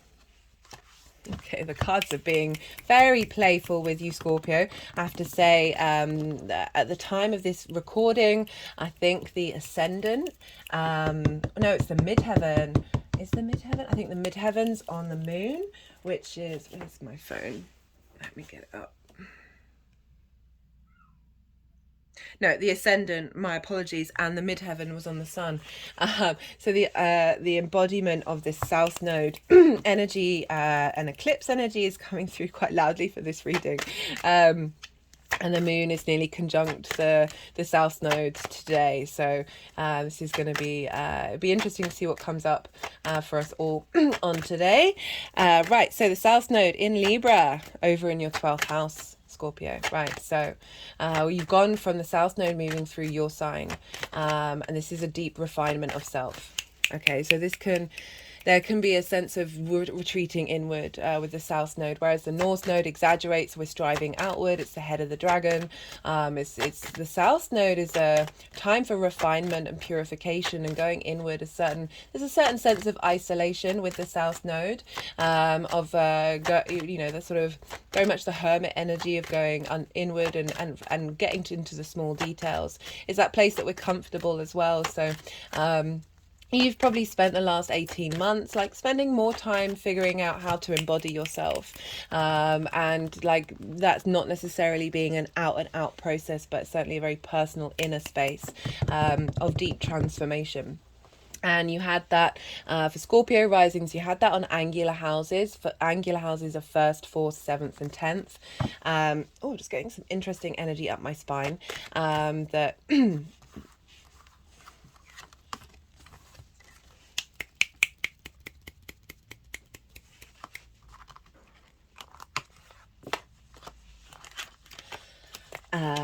sorry. Deep refinement of self that may have felt that you weren't really out about in the world in the way that felt comfortable or easy. Angular houses are pivot points in your chart. They're very intense energy. And now that South Node has moved into Libra, into your 12th house. This is the house of mysteries. This is the house of that which we cannot see, right? The occult. It's magic, but it's also the constructs of who we are in our unconscious space, our limiting beliefs, our trauma responses. It's a very heavy house. It can lead, can be a space of anxiety and depression. Funnily enough, I might bring this up in an introduction, that I met up with an old friend who I hadn't seen for a while, and pulled his chart up. And it is moon in Libra in the 12th house, and he's always suffered. He's a very loving, caring, sociable person, but there's at the root of him there's been some intense depressional processes, some overwhelm, and so it was really interesting to see that show up of what, you know, in right at the beginning part of this transit, of being drawn towards someone who has this dynamic of working through that, and he's come out the other side. But it's been a long journey. Like the 12th house is a difficult house. It's it can be a place of depression, anxiety, grief and loss. My brain likes to put two things together. But I'm not. So with this South Node, I always like to paraphrase that 12th house, because it can be difficult. It is this space of isolation just generally. It can often be linked to going into retreats and going on to monasteries, or it's linked into going to prison and mental health hospitals as well. But those are just examples of isolation. I'm not saying that that's going to happen, but there's this sense of going inward with the 12th house. And so with the South Node, though, it's a bit of both of these things, because the South Node's where you're comfortable, so where you're at ease, where you've got more flow. So now, even though this is right, so much to say about the 12th house. Underneath the trauma responses and limiting beliefs is your magic, okay? Right? So the more that we work with the 12th house, the more that we get to understand it. It can be a very private part of who you are that isn't necessarily seen by the outside world, or a place that can feel inaccessible. The more that we integrate here, the more that ripples out into the rest of our chart. So having the South Node moving through there is facilitating the rest of your chart.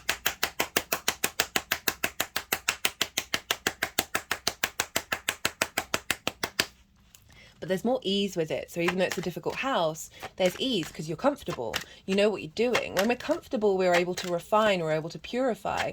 The South Node is about purging and letting go of things. A release, the cycles of life, death, and rebirth, this sense of composting, right? So head of the dragon, where we eat.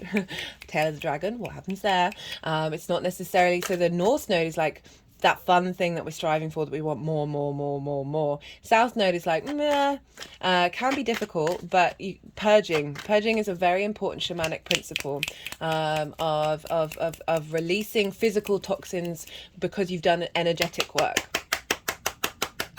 You can often feel very drained after energetic work. You can feel inflamed, and it's through that process of exaggeration and purging that we then rebalance. Okay, so we really want to look at balancing these two things together, of the South and the head of the dragon, which I talked about in this introduction, in this video.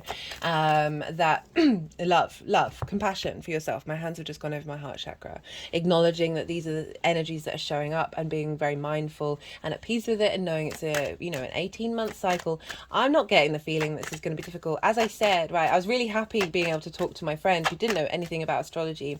I was saying, look, you're going to go through, you're going to be clearing out a lot of limiting beliefs and trauma responses that haven't served you. Well, they've served you up until this point, but now you're part of this cycle of letting go of those things, of transmuting that energy and turning it into magic.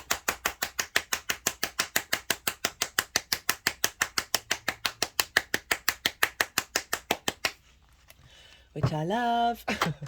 And he found he was at peace with it. He was able to understand, like, really see the merit in it, because this is right. So with the south node, with the nodes, right, south node is, you're not always going to get what you want, but you're getting what you need in the long-term cycle. So you might have an idea of a certain way of being, and that may felt really comfortable, right? So our trauma responses and limiting beliefs, they are our love language to ourselves, because they got built into us from a very early age. You can see them in the natal chart. That our soul signed up for this, right? That's my opinion. I don't want to trigger anyone with that, but I've had to work through a lot of nonsense in my own life and make peace with it and be like, well, I needed all that to get to this point today, right? No regrets. This south node can help, okay, so the things that your unconscious thinks it wants, right, but it isn't actually what it needs, right? So our trauma responses, our habits, our destructive habits, that anxiety, that depression, addiction, all of these things, they feel comfortable. They feel, your body thinks it wants it because it's used to it, because it's familiar, and we like what's familiar. And so the south node moving through there is helping release that.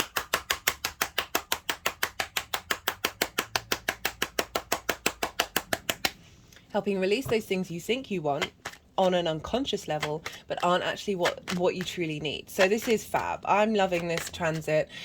When you come out the other side of one of these, you just feel way more confident in who you are, way more at peace with your unconscious mind, and it really is facilitating a lot of magic coming through as well. The 12th house is also the house of hidden enemies. So, the way that we think about ourselves, our unconscious space, our unconscious drives can be hidden enemies, as I said, that feel comfortable, but are actually not, but they're based on distorted energy rather than a flow, right? Libra wants to bring things into balance. There's a sense of equity here. The Justice card is the Libra card, and that's all about where contracts, there's a line drawn under the sand of whatever contracts we signed up for during this cycle. There's an element of, we've moved past that. We're transmuting that energy. We're purifying that energy. We're working through it. We're figuring out the small details of what actually serves us. So this is a great transit, I feel, and getting that in alignment. So having Libra in the 12th house is kind of like needing balance, needing harmony, prioritizing other people's needs on a very unconscious level, and not serving your individual self.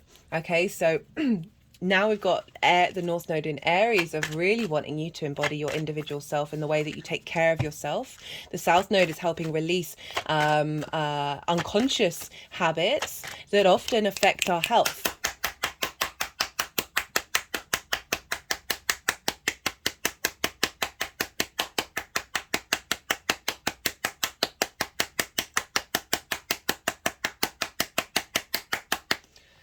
Lots of clapping for you today, Scorpio. I mean, each of these videos has been quite wild, can't lie. So you think about both of the nodes, they're working together, right? They are facilitating each other's journey. So the South Node is helping you transmute and refine that unconscious space that is potentially may have had impact on the way that you work, on how you take care of your health, how you're motivated to find routines and get that working. And that Aries energy is kickstarting, instigating new passions, drives, of motivations of wanting to embody those things. Oh, I'm loving it for you, Scorpio. As fixed signs, I'm sure you're grateful that the nodes have now moved out of there. Saturn is very much in Pisces, so there's a real shift in dynamic of what's going on for the fixed signs, that's for sure, over the last couple of years, which has potentially been quite brutal. So the 12th house is inverted to your Scorpio energy. So they're next door to each other. And the way that I look at that is imagine, so they don't have a direct line of sight. So imagine two people sitting next to each other. They are looking forward. They can't see each other, but they know that they know that the other person is right there. But you don't have clarity in that direct line of sight. So it's not a clear transference of energy in the conscious way. And the way I look at it is like this is affecting the atoms, the quarks, the subquarks of our body, the osmosis of that energetic field, doing some deep excavating in your unconscious mind. My head's just rolled back. In your unconscious space and helping find balance, clear out karmic contracts not only linked into you, your lineage, your parents, your ancestors, but also those past life stuff, that's helping you, you know, and be able to embody the social warrior, because that's how I look at Aries is the spiritual warrior, Libra is the social warrior. You know, Aries wants autonomy and be able to understand and connect to the universe in a very individual form. Libra wants to bring into balance like distortions of ideas in the social constructs, okay? That it's about righting wrongs and making sure that everyone has a seat at the table. This South Node is going to probably give you the opportunities to engage with those unconscious response mechanisms and sit with them. One of the practices that I've been doing is if I get an emotion come up or a response come up, I welcome it. I say hello, and I welcome it into my space and allow it to, you know, we all the different emotions, all the different responses are all sitting around a big round table having a chat with each other and just, you know, being able to express themselves and feel seen, and then seeing what it is that's right at the root of those things and watching those energies transform into their core essence, that usually when you strip it back down it's linked into love and the lack thereof.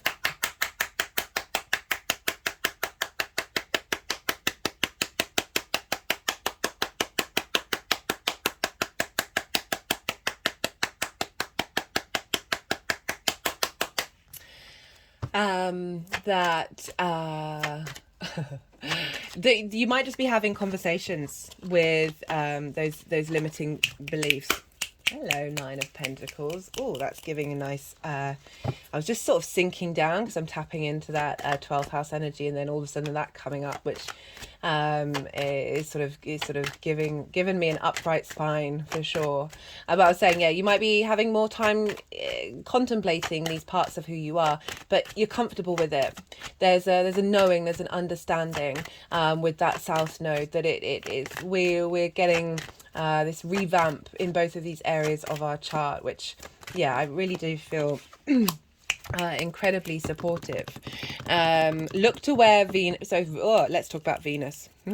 So we've moved from Mars governing that South Node transit, which might have made it a bit more combative, a bit more dramatic. Now we've got Venus, and she wants to bring harmony. She wants to bring creativity, a sense of appreciation and love, right? A connection. So finding connections with those hidden parts of who you are, giving it a lot of love, bringing that all into harmony. This is just lovely, of making sure that you can be in harmony with the things around you. This is the North-South node dynamic of Aries and Libra, but still being able to express yourself without fear of social rejection.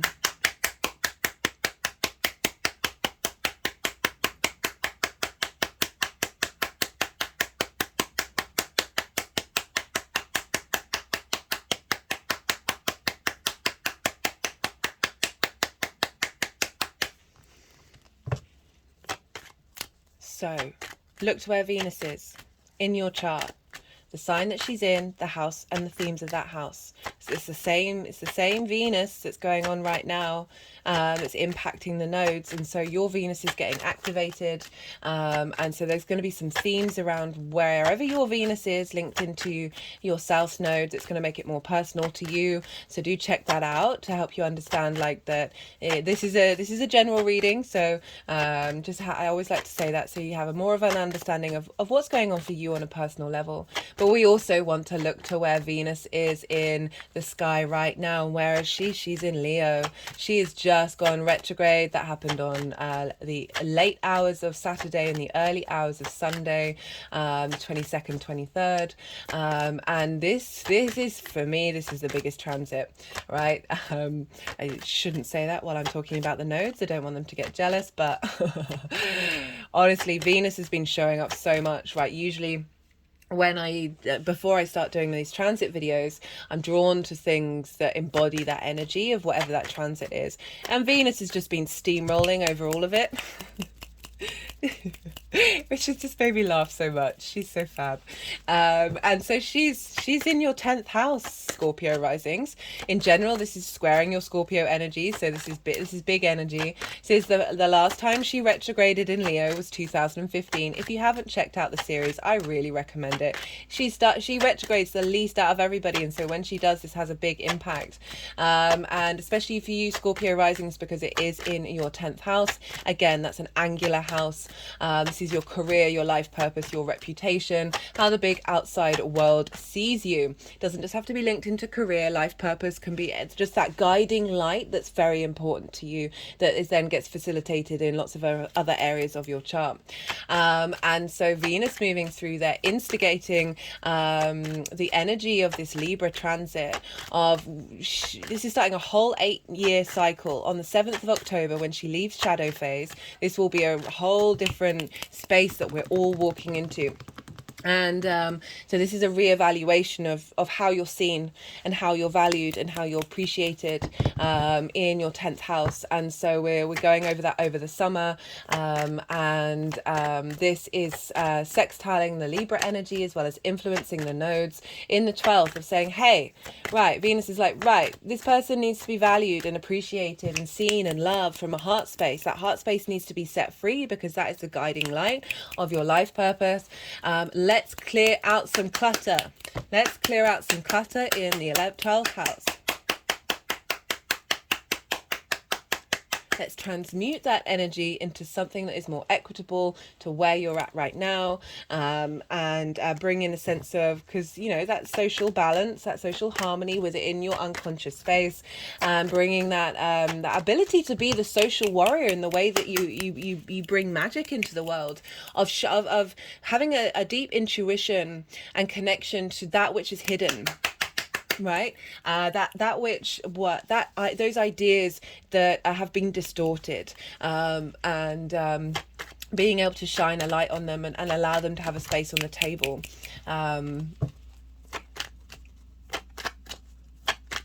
So yeah, wonderful energy. What else did I want to say? Is that everything that I wanted to say? Yeah, so she's going to be there till, I think it's the 10th of October. Maybe just before. And then she's going to move into Virgo and then into Libra. So wherever Venus is, she's going to be impacting what's going on or with this transit. And obviously that's going to be pretty much all the signs for Venus, because she moves a lot quicker than Mars, which is more of a longer journey. Yeah, so Venus is 1 month and Mars in a sign thereabouts, except when there's retrogrades, and Mars is about 2.5 months. So Venus is going to be doing a more holistic, all the way around the chart energy for that South node. So really purifying wherever you've got limiting beliefs and trauma responses linked into all these different areas of your chart. Whereas Mars is taking a bit longer of a time to get round to the all the way through the chart. So you've got a little bit more slow pace with the motivations and drives of Mars linked into how you work. So we're working with different time frames. Right, it's really helpful to, in my humble opinion, you've got 3 10s, Scorpio. Shut up. Swords, Wands, and now Cups.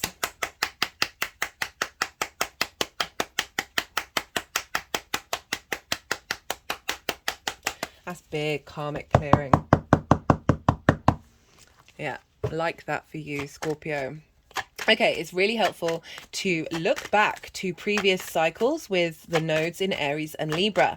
The last time we had the North Node in Aries and therefore the South Node in Libra was on the 26th of December 2004 to the 22nd of June 2006.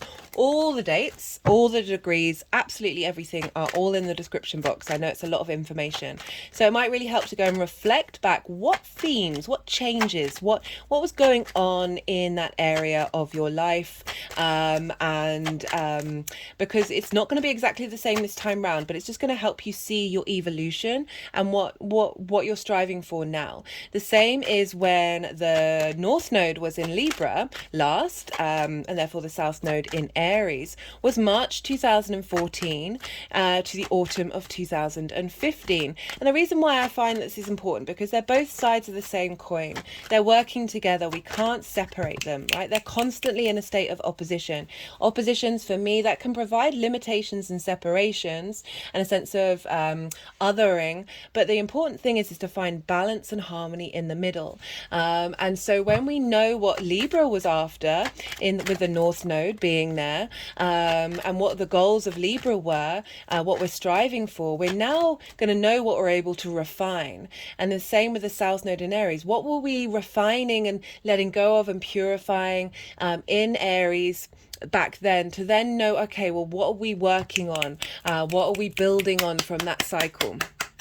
So it's not just about when they were last in where they are now. It's definitely about the whole cycle. So do go check that out and then have a bit more of an understanding for yourself on a personal level. Okay, what showed up? What showed up? I've got the North Node. I have Aries in the 9th house, and the last time the North Node was in Aries, I went to university.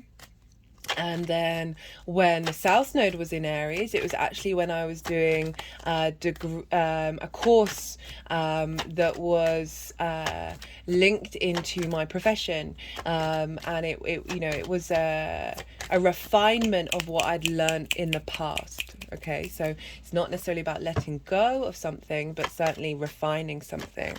Okay, so what else did I want to talk about? So in general, these nodes are not making classical aspects to the bigger outer planets, apart from Pluto and Chiron. So not until Jupiter moves into Gemini next year, which I'll talk about in probably that Jupiter transit. But Jupiter and Uranus are in Taurus, which is next door to Aries and in conjunct to Libra. And Saturn and Neptune are over in Pisces, which again is next door to Aries and in conjunct Libra. So we've got these energies that aren't as, I mean, they're still very present. And what I really like about this transit is because we're dealing with fire and air here, and we can get really burnt out with this energy because they just want to go, go, go, go, go. That a lot of the outer planets are in earth and water. And this means that we're, the longer term cycles, the bigger picture is just asking us to slow down and be mindful and be in a state of observation and cultivation rather than immediate direct action. So I really like this combination that we've got here. Pluto is in Capricorn, and until January 2024, this is going to be squaring the nodes. This is very powerful, intense, magnetic energy, helping us work through fears, helping bring things into fruition. Why do I say bring things into fruition? Well, we don't just look at Aries and Libra. Okay, that would be far too simple. We look to Cancer and Capricorn. This is because these energies are cardinal energies and they square Libra and Aries. When we have squares, this is manifestation energy. This is friction. This is Mars bringing things into action. You may have noticed with Leo and Aquarius moons that you would have seen something show up linked into the eclipses that happened in Taurus and Scorpio. Now, So any transits that are happening in Cancer and Capricorn will be squaring the nodes. So this is when things start to show up a bit more. With all the lunations, I'm going to put them in the description box, but I'll also be obviously doing lunation videos, so I'll be pulling cards at the time. Well, we've got Pluto in Capricorn. Now, Capricorn is the midpoint between the South Node and the North Node. So it's this culmination, right? The highest point of the bendings of the nodes, okay? And this is when things are raised up. This is when things are visible. There's an element of completion here. So the fact that we've got Pluto in Capricorn, who's been there since 2008, may have dipped down into Aquarius, but it's back there again, squaring these nodes of what we're comfortable, what we're transmuting and refining, to what we're striving for, where we're headed. That oh, you can't see. Sorry, I should pull this down. I meant to do that. I should pull this down so you can see what's going on. Pluto helps us transform fear. Like, I'm going to talk about this. I don't know in what video, but I'm going to mention it here. So fear can show up at any time. But how do we engage with it? So in Tibetan, they say fear is here. They don't say I am feeling fear. They say fear is here. So it's an acknowledgement of that fear is within you, but it is not necessarily a part of you, right? It doesn't define you. It isn't the whole of you. It is just here. It's just present. It's not, you're not connecting to it with the I am. That this Pluto square feels like a real release of fear that we may have, and a transformation into a deep power, internal power and magnetism and intensity. This ability to, there's very magnetic energy with Pluto. And Pluto was often linked into the riches under the earth, you know, jewels and minerals and treasures. That Pluto squaring the nodes is raising up and bringing these treasures into our lives with this square of like this very fated energy of eclipses. And now Pluto's like acting as this catalyst of change. And you have Pluto in your third house. This is the house of communication. This is the house of your day-to-day, right? Your local environment. It's linked into schools. It's linked into learning something new for the first time. But really, this combination is helping you be able to express yourself that works for you, that isn't based on feeling fear around social dynamics of Libra in the 12th. This is really transforming the power and magnetism of the way that you communicate. Sorry, I'll be quiet while they're making such a noise.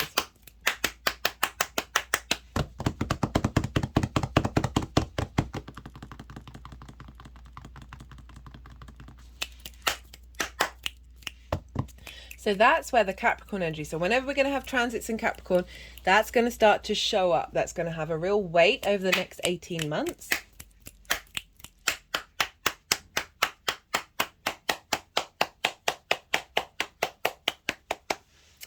And in Cancer, we just had that beautiful Cancer new moon. That was lovely. I think I've put that in the playlist for the nodes. I haven't mentioned the playlist yet, have I? So there's a playlist for the nodes. I've put in the two Aries new moons that we've had, and the Libra full moon that we had before this eclipse, before the nodes changed signs. We had the hybrid eclipse in Aries. Okay, my hands have just gone back behind my throat, the throat chakra, my neck even.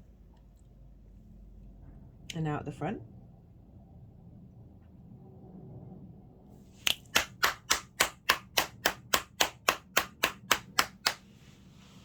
Okay.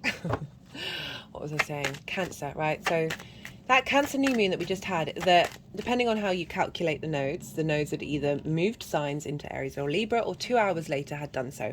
I certainly noticed it when it was 2 hours later. That the Cancer energy is from the North Node to the South Node. So it represents the release. It represents things falling down. And that new moon, that was such a magical new moon. That new moon felt like a release of intuition that was blocking us, right? So new moon, so it's instigating things. And through that release, it transformed that. Okay, I'm thinking of the Tower card now. So the Tower card, there's all the disaster at the top, but the foundations are still there. That energy that was wasted in the top part, the superfluous stuff, gets transmuted and goes into the roots and foundations, that which we're comfortable, and magnetizes it and makes it, there's more depth there, right? So whenever we've got transits going on in Cancer, or if you've got things in Cancer or Capricorn, so bear that in mind, that this is an element of manifestation of the purification, of that refinement, of that the depths of that South Node cycle. It's so very powerful stuff. That new moon was instigating a new cycle. It was also squaring the previous Aries moon that we'd had. So really, just beautiful, beautiful stuff. So and with this air and fire that we've got with the nodes, look to that Capricorn and Cancer energy, because it's yin, night in nature, it's earth and water, it's bound by gravity, it's more observational, it's more cultivating of getting the lay of the land. It's not necessarily about direct action. That we can burn ourselves out with fire and air, and it's really calling to it's not about just bringing into balance the Aries and Libra area, but making sure that all those 4 points are in harmony with one another. So don't neglect, I don't think we will, but I just want to highlight it, don't neglect that Cancer Capricorn axis as well. And so look to those. Right, Pluto. So as I talked about Pluto, already done that. The other main aspect that's happening is with Chiron. Okay, so Chiron's in Aries, has been in Aries for a while. From now until mid-June, the nodes are going to be 10 degrees either side of Chiron, whether that's by conjunction with the North Node or opposition with the South Node. The Libra full moon video, I talk about the mythology of Chiron in great detail. I may tap into it in one of the introductions. It all depends on what other themes come up that I haven't already spoken about. But Chiron essentially is the wounded healer. He was abandoned by his parents and he suffered a wound that would never heal. So he's dealing with emotional trauma and physical trauma that stays with you and sticks with you. He was an amazing teacher. He was a mentor to people that changed the world, right? Very powerful energy. It's difficult energy as well. It's often Chiron can be linked into past life wounds that we take over in order to break the cycles with. And it's been in Aries of like that individual form being wounded, the autonomy of the individual really being wounded over however many years. And I feel this North Node is exaggerating the wisdom and the medicine that we find from it. So Chiron is all about finding the medicine within that difficult energy. And so we're going to have the North Node exaggerating that essentially until mid-June, really. So 10 degrees is, especially for the nodes, is still very potent. We're going to have the conjunction on the 19th of February at 16 degrees of Aries, which I will put in the description box. And so we've got this wounded healer energy of the way that you work, of you've been working through ways of that you haven't necessarily been seen and validated in the way that you work. You haven't necessarily been able to find the will to put in the routines. And through that, you're uncovering new and wonderful ways in which to do so. And with the opposition of into Libra, of where has this individual self blocked your ability to find peace and find social balance? So it goes seesaws from one side to the other. We can't negate that all signs have difficulties, and when we're dealing with nodes, it is about refining and working on them and striving for the higher vibrational frequency. at all times. So that's going to be a very potent energy throughout this journey, which is just providing wisdom. We've had Jupiter move through there, as I said, really elevating all of that energy, starting a new cycle, Jupiterian cycle. And now we've got the North Node that is really facilitating clearing out any deep wounds that may feel like they've never going to go away with this North Node in Aries. So I'm not going to be pulling cards for the lunations because I'll be doing that in their own individual signs, but we're going to have 3 new moons in Aries. This is pretty big deal, right? We've already had one of them, and we're going to only have one with the nodes being in Aries itself. The other one is going to be when the North Node has moved into Pisces. So I really like that we've got these 3 new moons in Aries, which is saying we are leveling up, but we're doing it not just solely fixated on that Aries energy. We're bringing in that Taurian, Piscean combination of the individual senses in the physical body with deep empathy and deep magic combined.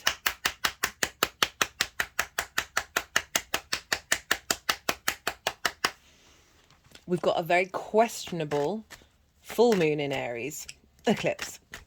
Right, on the Eclipse website, it says almost, which I love. All right, so this is sort of saying we're not completing this cycle. We're constantly in a state of regrowth and renewal. But the full moon, this completion, this ending is in a very subtle energetic level, right? So it's not it's basically not an eclipse, but it almost is, right?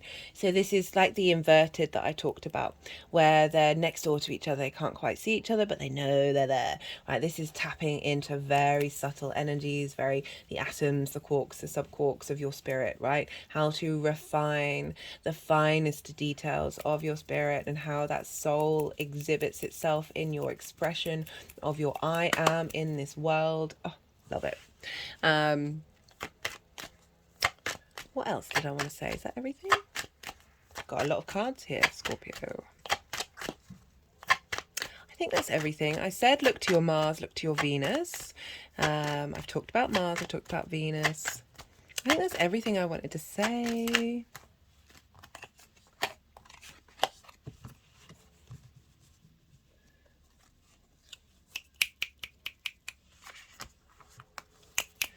Okay, I'm going to go quiet now. So they've put the deck down, which means, I mean, you've got a lot of cards. I've put the deck down, and so you've just had the day yang side of the reading, right? All the information, go, stimulation, action. Now we're going to go into the yin night side of it, because the energies are going to move the cards around.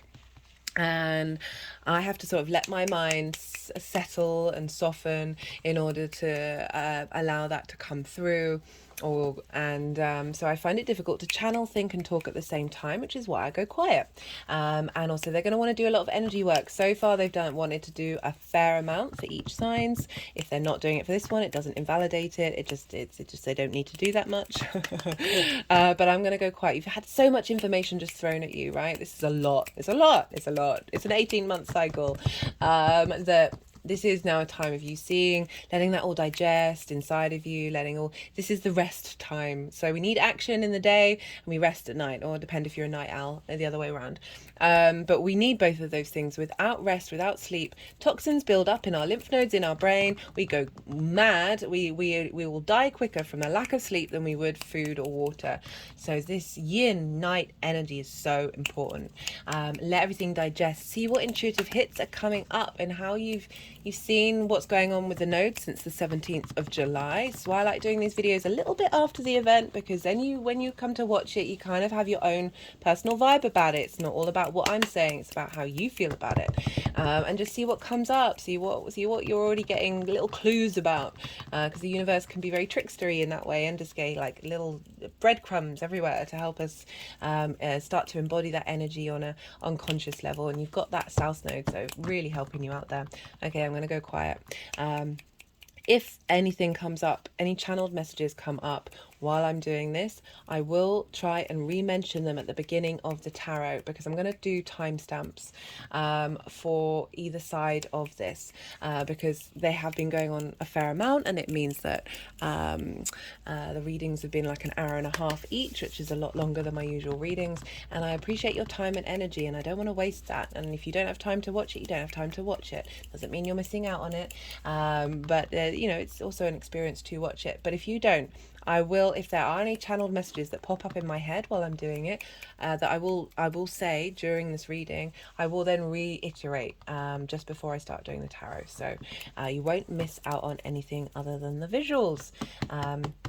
Okay, right, I'm gonna go quiet.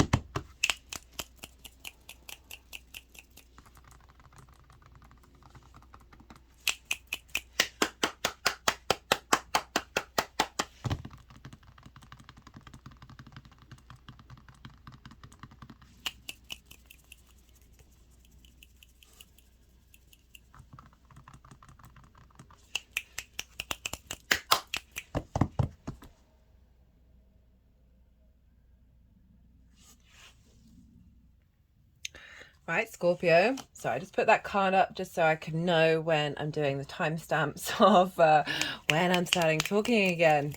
Okay, so we've got some really lovely cards here for you, Scorpio. There's a lot going on.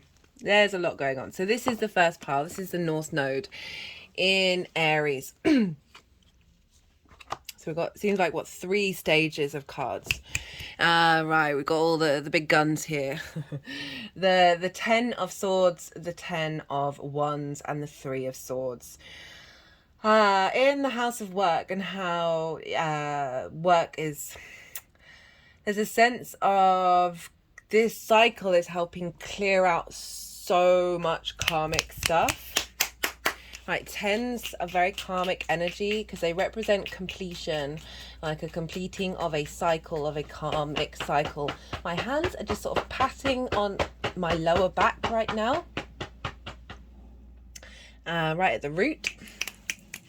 So a lot of root blockages. You think about Aries, there's there's an element of there's freedom there with Aries, and so often our freedom is blocked,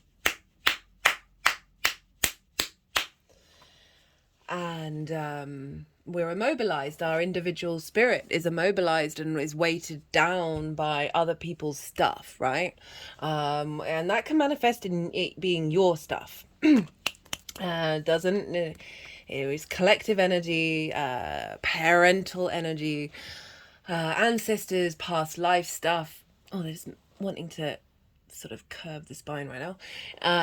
Of very interesting dealing with spine stuff because we've got the 10 of Swords here, and you see all the swords are in the spine. Okay, so this is about ideas, words. So words that may have been said to you that have blocked you and immobilized you and have felt like you haven't been able to get up. Constructs and ideas of how you feel like you're valued in work, how you value your work in space of that, of feeling again blocked and immobilized. But these are 10s. This is completing energy, and I do like the combination of we've got air and fire here, that there's mental frustration and an overburden of responsibility and passions, right? So work's fantastic. Work is a wonderful part of our existence. Not when we're doing this. Not when we're so hunched over we can't even see the beautiful blue sky. Not when we're able to, just have no concept of anything other than the burden, right? Oh, my head's just rolled back. Whoosh. That, I always look at this of like the passions of our ancestors that or our past lives that were never able to be fulfilled, that you're not now holding the weight of that, and that can be really oppressive. But the phenomenon of the human being is that, in my opinion, we signed up for this because we're able to transmute it. We're able to shift that dynamic. So again, your passions being a weight rather than the free energy of this lightness. There isn't a lightness with these cards, it's a heaviness. I got this crap with the 3 of Swords. The 3 of Swords, that's heartbreak, that's pain. Doesn't matter, it's not about romance, it's about anything that has blocked your heart from that vibrational frequency to be able to ripple out. And thinking about where Venus is over in your 10th house of your career, your life purpose, really helping facilitate the instigating. It's trining the North Node as well. Remember, it's not just governing the South Node, but it's trining that Aries energy of there's a it's showing up in the cards of how there's a huge shift coming in. Okay, I've just sunken over, and now my back is curved, my head is down. But it's both a mixture of acknowledging the weight of that 10 of Wands, and imagine that 10 of Swords, all the swords falling out. You're going to want to stretch your spine. You're going to want to be able to move. And then just sort of twisting to the right. And twisting to the left. I'm just thinking about, and also in terms of health and routines as well, of this need to embody that health, that need to take action. So we've got the six of Pentacles. This is protection energy. This is being supported. This follows the Five of Pentacles of feeling left out in the cold, not feeling supported, feeling rejected, feeling isolated, all very, very this, but still overburdened and still have a lot of, you know, think of that Five of Pentacles, like their life is difficult, right? This is difficult. And now the universe is coming and putting things into balance. Oh, hello, scales. Interesting. We've got a bit of crossover with the Libra Aries energy with this. Now, this card first started showing up for me whenever I talked about Saturn, of helping you out, through there's an element of hierarchy here, but that's a guru, there's a teacher, there's someone who has wisdom, who's able to help you, support you, give you what you need, and so you can get up and go and do what you need in order to get to that eight. Where is she? In order to get to here, right? The Seven of Pentacles follows this, of tending to those things, of cultivating that. But we're skipping right to the Nine of Pentacles here, of this independent energy. So this energy is coming along, and I like how we got Pentacles for the house of work, right? So really being able to embody this release, this lightness of this new cycle with the nodes. We've got the Eight of Wands. This is fast moving. Things are changing. That this eclipse cycle is helping bring in. So this is kind of like go with the flow. Like, don't try and control it. There are situations and surroundings that are going to change, that is bringing in momentum. Okay, so this acknowledgement that through this eclipse cycle, there is a release of those tens. There's a release in order to free you up, in order to take action. Think of how immobilized and heavy this is, and how heartbreak can have us stuck in a certain energy. We then have the crowning three cards. So we've got two knights and the Nine of Pentacles. So we've got the Knight of Pentacles and the Knight of Swords. So this is the ability to commit to the long term. I love like the difference of these two horses. Okay, so this is the biggest horse. This is slow and steady wins the race. You feel safe. You're going to get where you need to go. Might not be fast, right? And then look at this one. It's like, woohoo! Off we go. Like that horse looks a tiny bit terrified at the speed in which you're going. But what I like about this is action based. This is taking action. This is embodying your ability to find clarity in the way that you work and communicate that clarity and take action on it. But I like this combination because this can be fool's rush in and this can be too slow. So these are balancing each other out in order for you to embody things in the moment and express yourself with clarity in the way that you work, in the way that you take care of your health and your routines, and finding the energy to do so and the motivation and the drive to take action. But it's with commitment and loyalty. It's like, yes, we can do that, but we can hold space for both of these energies at the same time. One does not negate the other. Aries can be very impulsive, right? So I like the fact we've got the Knight of Pentacles showing up and saying, hey, we can find a happy medium between being impulsive and being able to think in the long term.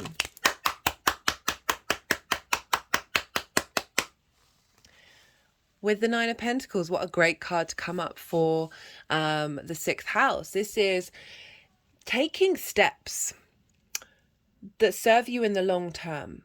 That are going to facilitate this sense of feeling good in the 3D world. This is very independent energy. And I love that for Aries, of like you being able to be confident in taking steps for you. It's not about negating the people around you completely, but acknowledging that you need to, through this individual experience of the universe manifest in individual form, we need to be comfortable being able to have, sorry, I just had to pause for a second. Having confidence in yourself, having this inner space in where you are able to not have boundaries, basically. And I like this card with this cycle because look, this is a flower. It looks like the Venus symbol. And then this way up, it looks like the Aries symbol. So what I like about that is that this energy's taken action in order to facilitate feeling good in the 3D world. Whatever abundance looks for you doesn't just have to be hanging out in a garden talking to birds, right? But there's a sense of longevity, of comfort, of ease, of abundance. Look at this robe that she's got on. But you need to take the action in order to do it. And this is about saying this cycle is about bringing in the confidence to be able to do that with ease, with grace, without feeling overworked, without feeling betrayed, without feeling immobilized, without feeling heartache in the way that you express yourself in those 6th house qualities. Okay. Pluto. Hello, Pluto. Page of Swords and Judgment. So Pluto is in your sign of communication. So great that Page of Swords has come up. Swords are mind, ideas, thoughts. And this is the Page of Swords is looking backwards but heading forwards. So this is finding a happy medium between acknowledging the past, think of Pluto, linked into the dead, right? That the cycle of life, death, and rebirth. This element of your past is no longer you, but still acknowledging the riches that come from it. Being able to see clearly, and the actions and the thoughts, the messages that are coming in, the way in which you're expressing yourself is heading to the future, is heading forward. With all the court cards with swords, they've all got birds flying above them. It's acknowledging a higher perspective of being able to zoom out. Pages are very youthful energy. They have just got a hold of that element. They've just got a hold of it, and they just want to share it. They want to communicate. There's an element of being able to communicate from a space of joy while still being able to harness the past, the future, and the now without getting swamped or trapped or burdened by the past or worry over the future. So it's being able to hold space for lots of different energy. Well, with the Judgment card, now the Judgment card is about leveling up leveling up that Page of Swords. So really elevating that ability, that youthful space, that ability to engage in all the different time frames together and lots of different constructs, ideas about the past. This is your communication skills, bringing in resources from the past that help facilitate this growth in who you are. Pluto's about transformation, about magnetism, about power, and I mean power in a very positive way. It's about intensity. Judgment is about leveling up. It's about ascension, really. A raising up of every single part of you in the way that you express yourself to, sort of an angelic realm. It's a really, really intense card to show up of your ability to communicate with this combination of the South Node in your 12th, of that which is hidden from you, and then how you want to embody your work and being able to express that. Communication isn't just about talking. It's about all the things that we do on the day-to-day in our local environment, that we're embodying our way in which we work. Whistle while you work. And we got this with, okay.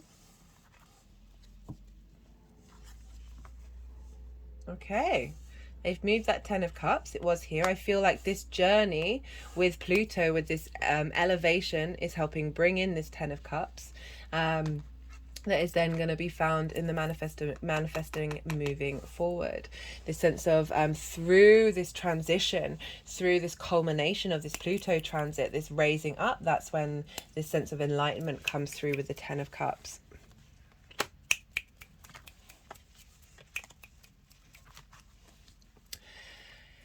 Let's see what we've got for the South Node in Libra. Liking this message. Really, really liking this message. 7 of Swords, Wheel of Fortune, 3 of Wands, the Hanged Man, and the 4 of Pentacles. So we've got 2 3s as well. So you had that 3 of Swords, and now you've got the 3 of Wands. So 3 is the magic number, and when we get doubles like that, it's kind of the universe going, hey, don't worry, something's coming into balance. So the 7 of Swords. Love this card. This card gets a bad rep. This is thinking differently, right? You see here, he's taking away the 5 of Swords. The 5 of Swords is conflict heavy card. This figure is stealing away the resources of the other encampment in order to stop the war. So with this card, look how much sunlight is in it, and that's showing you this isn't a bad card. There's this south node in the hidden house of those trauma responses and limiting beliefs is taking away that conflict. It's helping you be able to see differently. It's got the Two of Swords as well, which is a very powerful card of going inward. And through that inward space, there's a moon in the background, the water's very still, of tapping into your intuition, tapping into your magic that's at the root of who you are.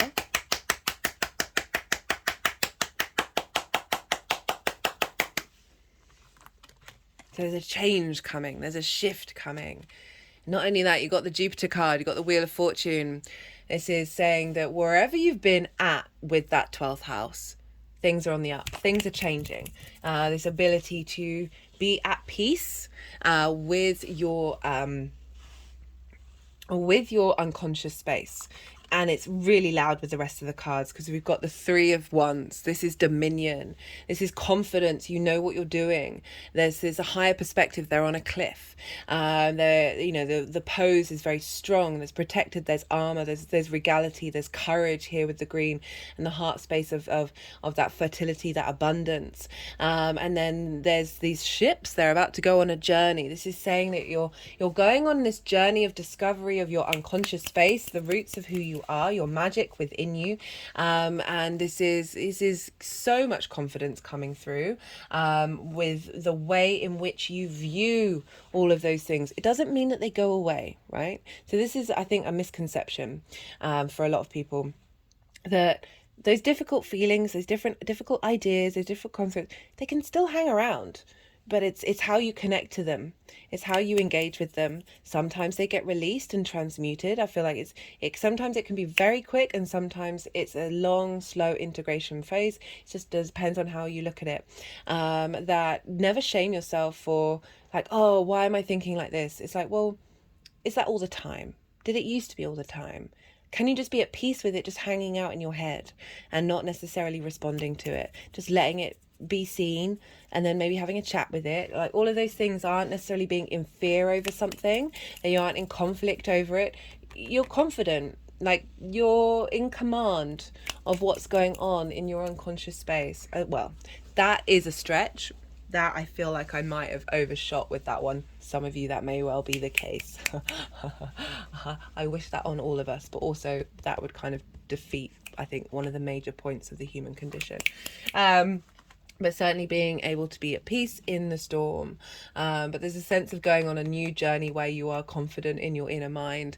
And this is crowned with the Hanged Man and the Four of Pentacles. I love this. This is inner wisdom. This is strength. This is strength within you, right? The Hanged Man is all about changing your perspective, right? Upside down. It's upside down.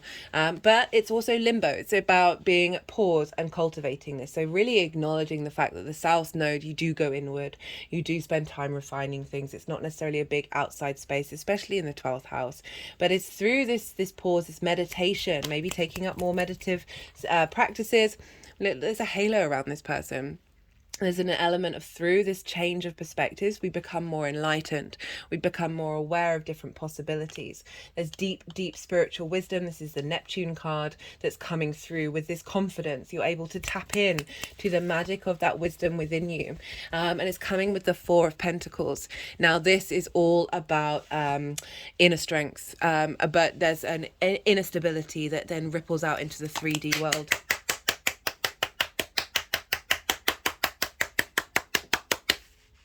You know, you've got Pentacles, right? This is the sign of Venus. She makes 5 retrograde points over her cycle.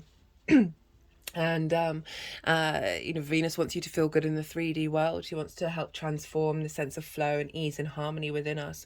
And you've got them underneath your feet chakra, your heart chakra, your crown chakra. You're wearing a crown. You are in inner authority. You're able to harness this inner power that you are cultivating and bring it out into the 3D world. This is a level of safety in your inner space, safety in your unconscious mind, and being able to harness the resources and the magic that you have within there.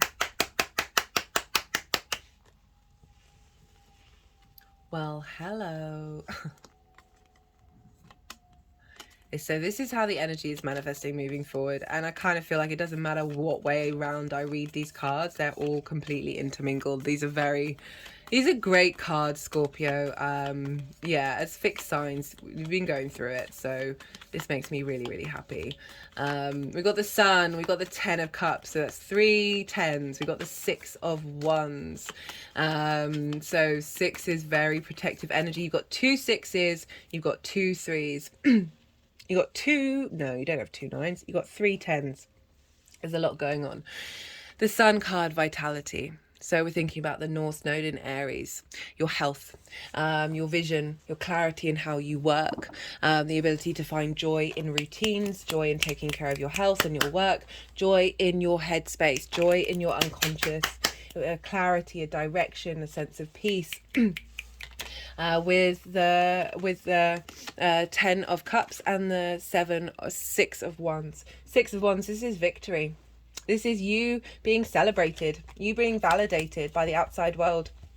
You know, those 10s in the workhouse very much felt like not getting that in the way that, okay, we shouldn't seek it. We should, you should find that within yourself. And perhaps that's something that you're doing. And therefore, you're validating your own experience. But I'm also getting with the Sun of like this visibility coming in, of being seen for what it is that you have to offer and what you have to give.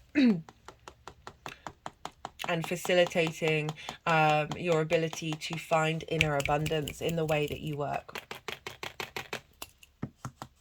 And the choices that you're making are leading to this sense of victory. With the 10 of Cups. How lovely. How completely lovely. So the 10 of Cups is like emotional fulfillment. Of really being able to be at peace and enjoy your emotional world. You've got the nuclear family here. It doesn't have to represent everybody, but a sort of a victory of emotional contentment. And through that, whatever it is this means to you, whatever it is that would bring you peace, is saying that this transit is really facilitating. You know, this has come up for some of the collective readings, not the sign readings, but the collective readings. And I like it because it's bringing in the social dynamic of that Libra space. That when we step into emotional peace, and that doesn't mean difficult things don't happen, but when we step into it, we're facilitating the social dynamics. I always link this into enlightenment because these 10 of Cups, they're in a rainbow. Like, think of the chakras, think of the light body and how when light is refracted, it turns into a rainbow. There's lots of esoteric stuff around rainbows, the power of them, and that all these cups are, you know, radiating like the Hanged Man with its halo around it. There's this sense of being at peace, being in a state of contentment, and I love that combination with work and with the hidden parts of who you are, of finding this beautiful harmony in difficult houses. Like, these aren't easy houses, and the cards are really showing up and saying, don't worry, you've got this. This is fine. This is taking you on a journey and thinking about the cups as well. You've got a lot of cups and pentacles, so that's leaning into that whole Pluto, the Capricorn Cancer axis of you have Cancer in your 9th house of how you see yourself in the world. So that's going to be sort of releasing old constructs around that, as well as striving for more transformative ways of communicating. They're all embodying and helping facilitate how do you work and how do you connect to your unconscious mind. So beautiful combination. This keeps coming up. Adventure. Right, that Aries energy it's maverick, mate. It's the North Node in Aries. You're going to be very innovative, very doing something other people may have not done before, in whatever frame that is. I mean, we're all going to get very entrepreneurial. Yeah, I love it.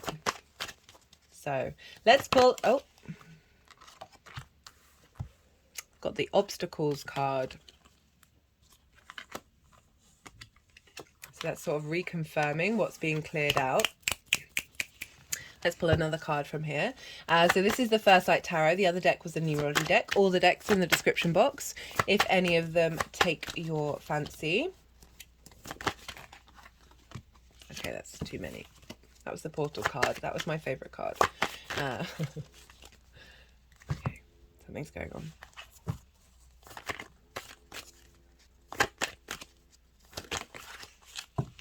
Got wild card.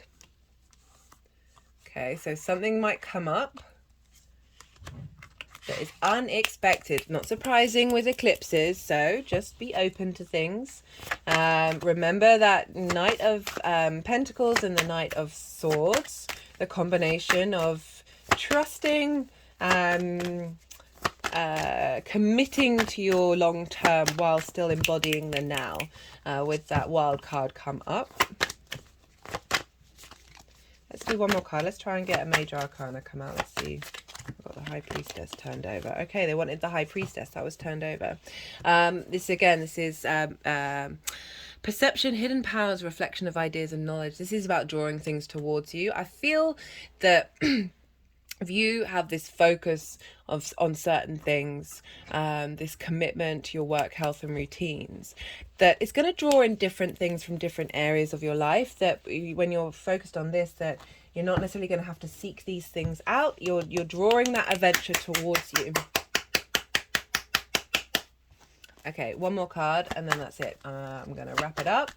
All right, let's see what final card wants to come out. Completion. Right, so we've got lots of confirmation about this cycle being coming to an end, which I like. This is nice. But let's get a card that isn't in this pile.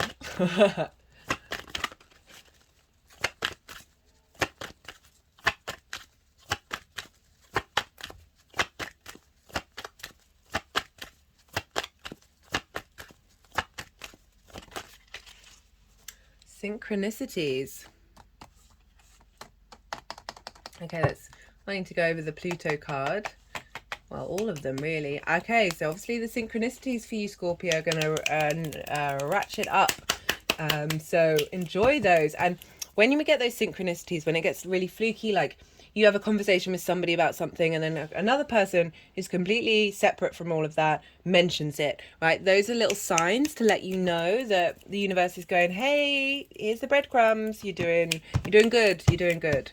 Right. Okay. I'm going to leave it at that, Scorpio. If any of this resonated, if you felt like this gave you some kind of perspective, like it, there are things that you can do to help pay it forward, right? So this is a growing channel. All the interaction on the channel really helps the algorithm, YouTube algorithm, go, hey, let's push this out into the world. So you can like the video, leave a comment, even if it's just an emoji, or let me know what sign you're tapping into.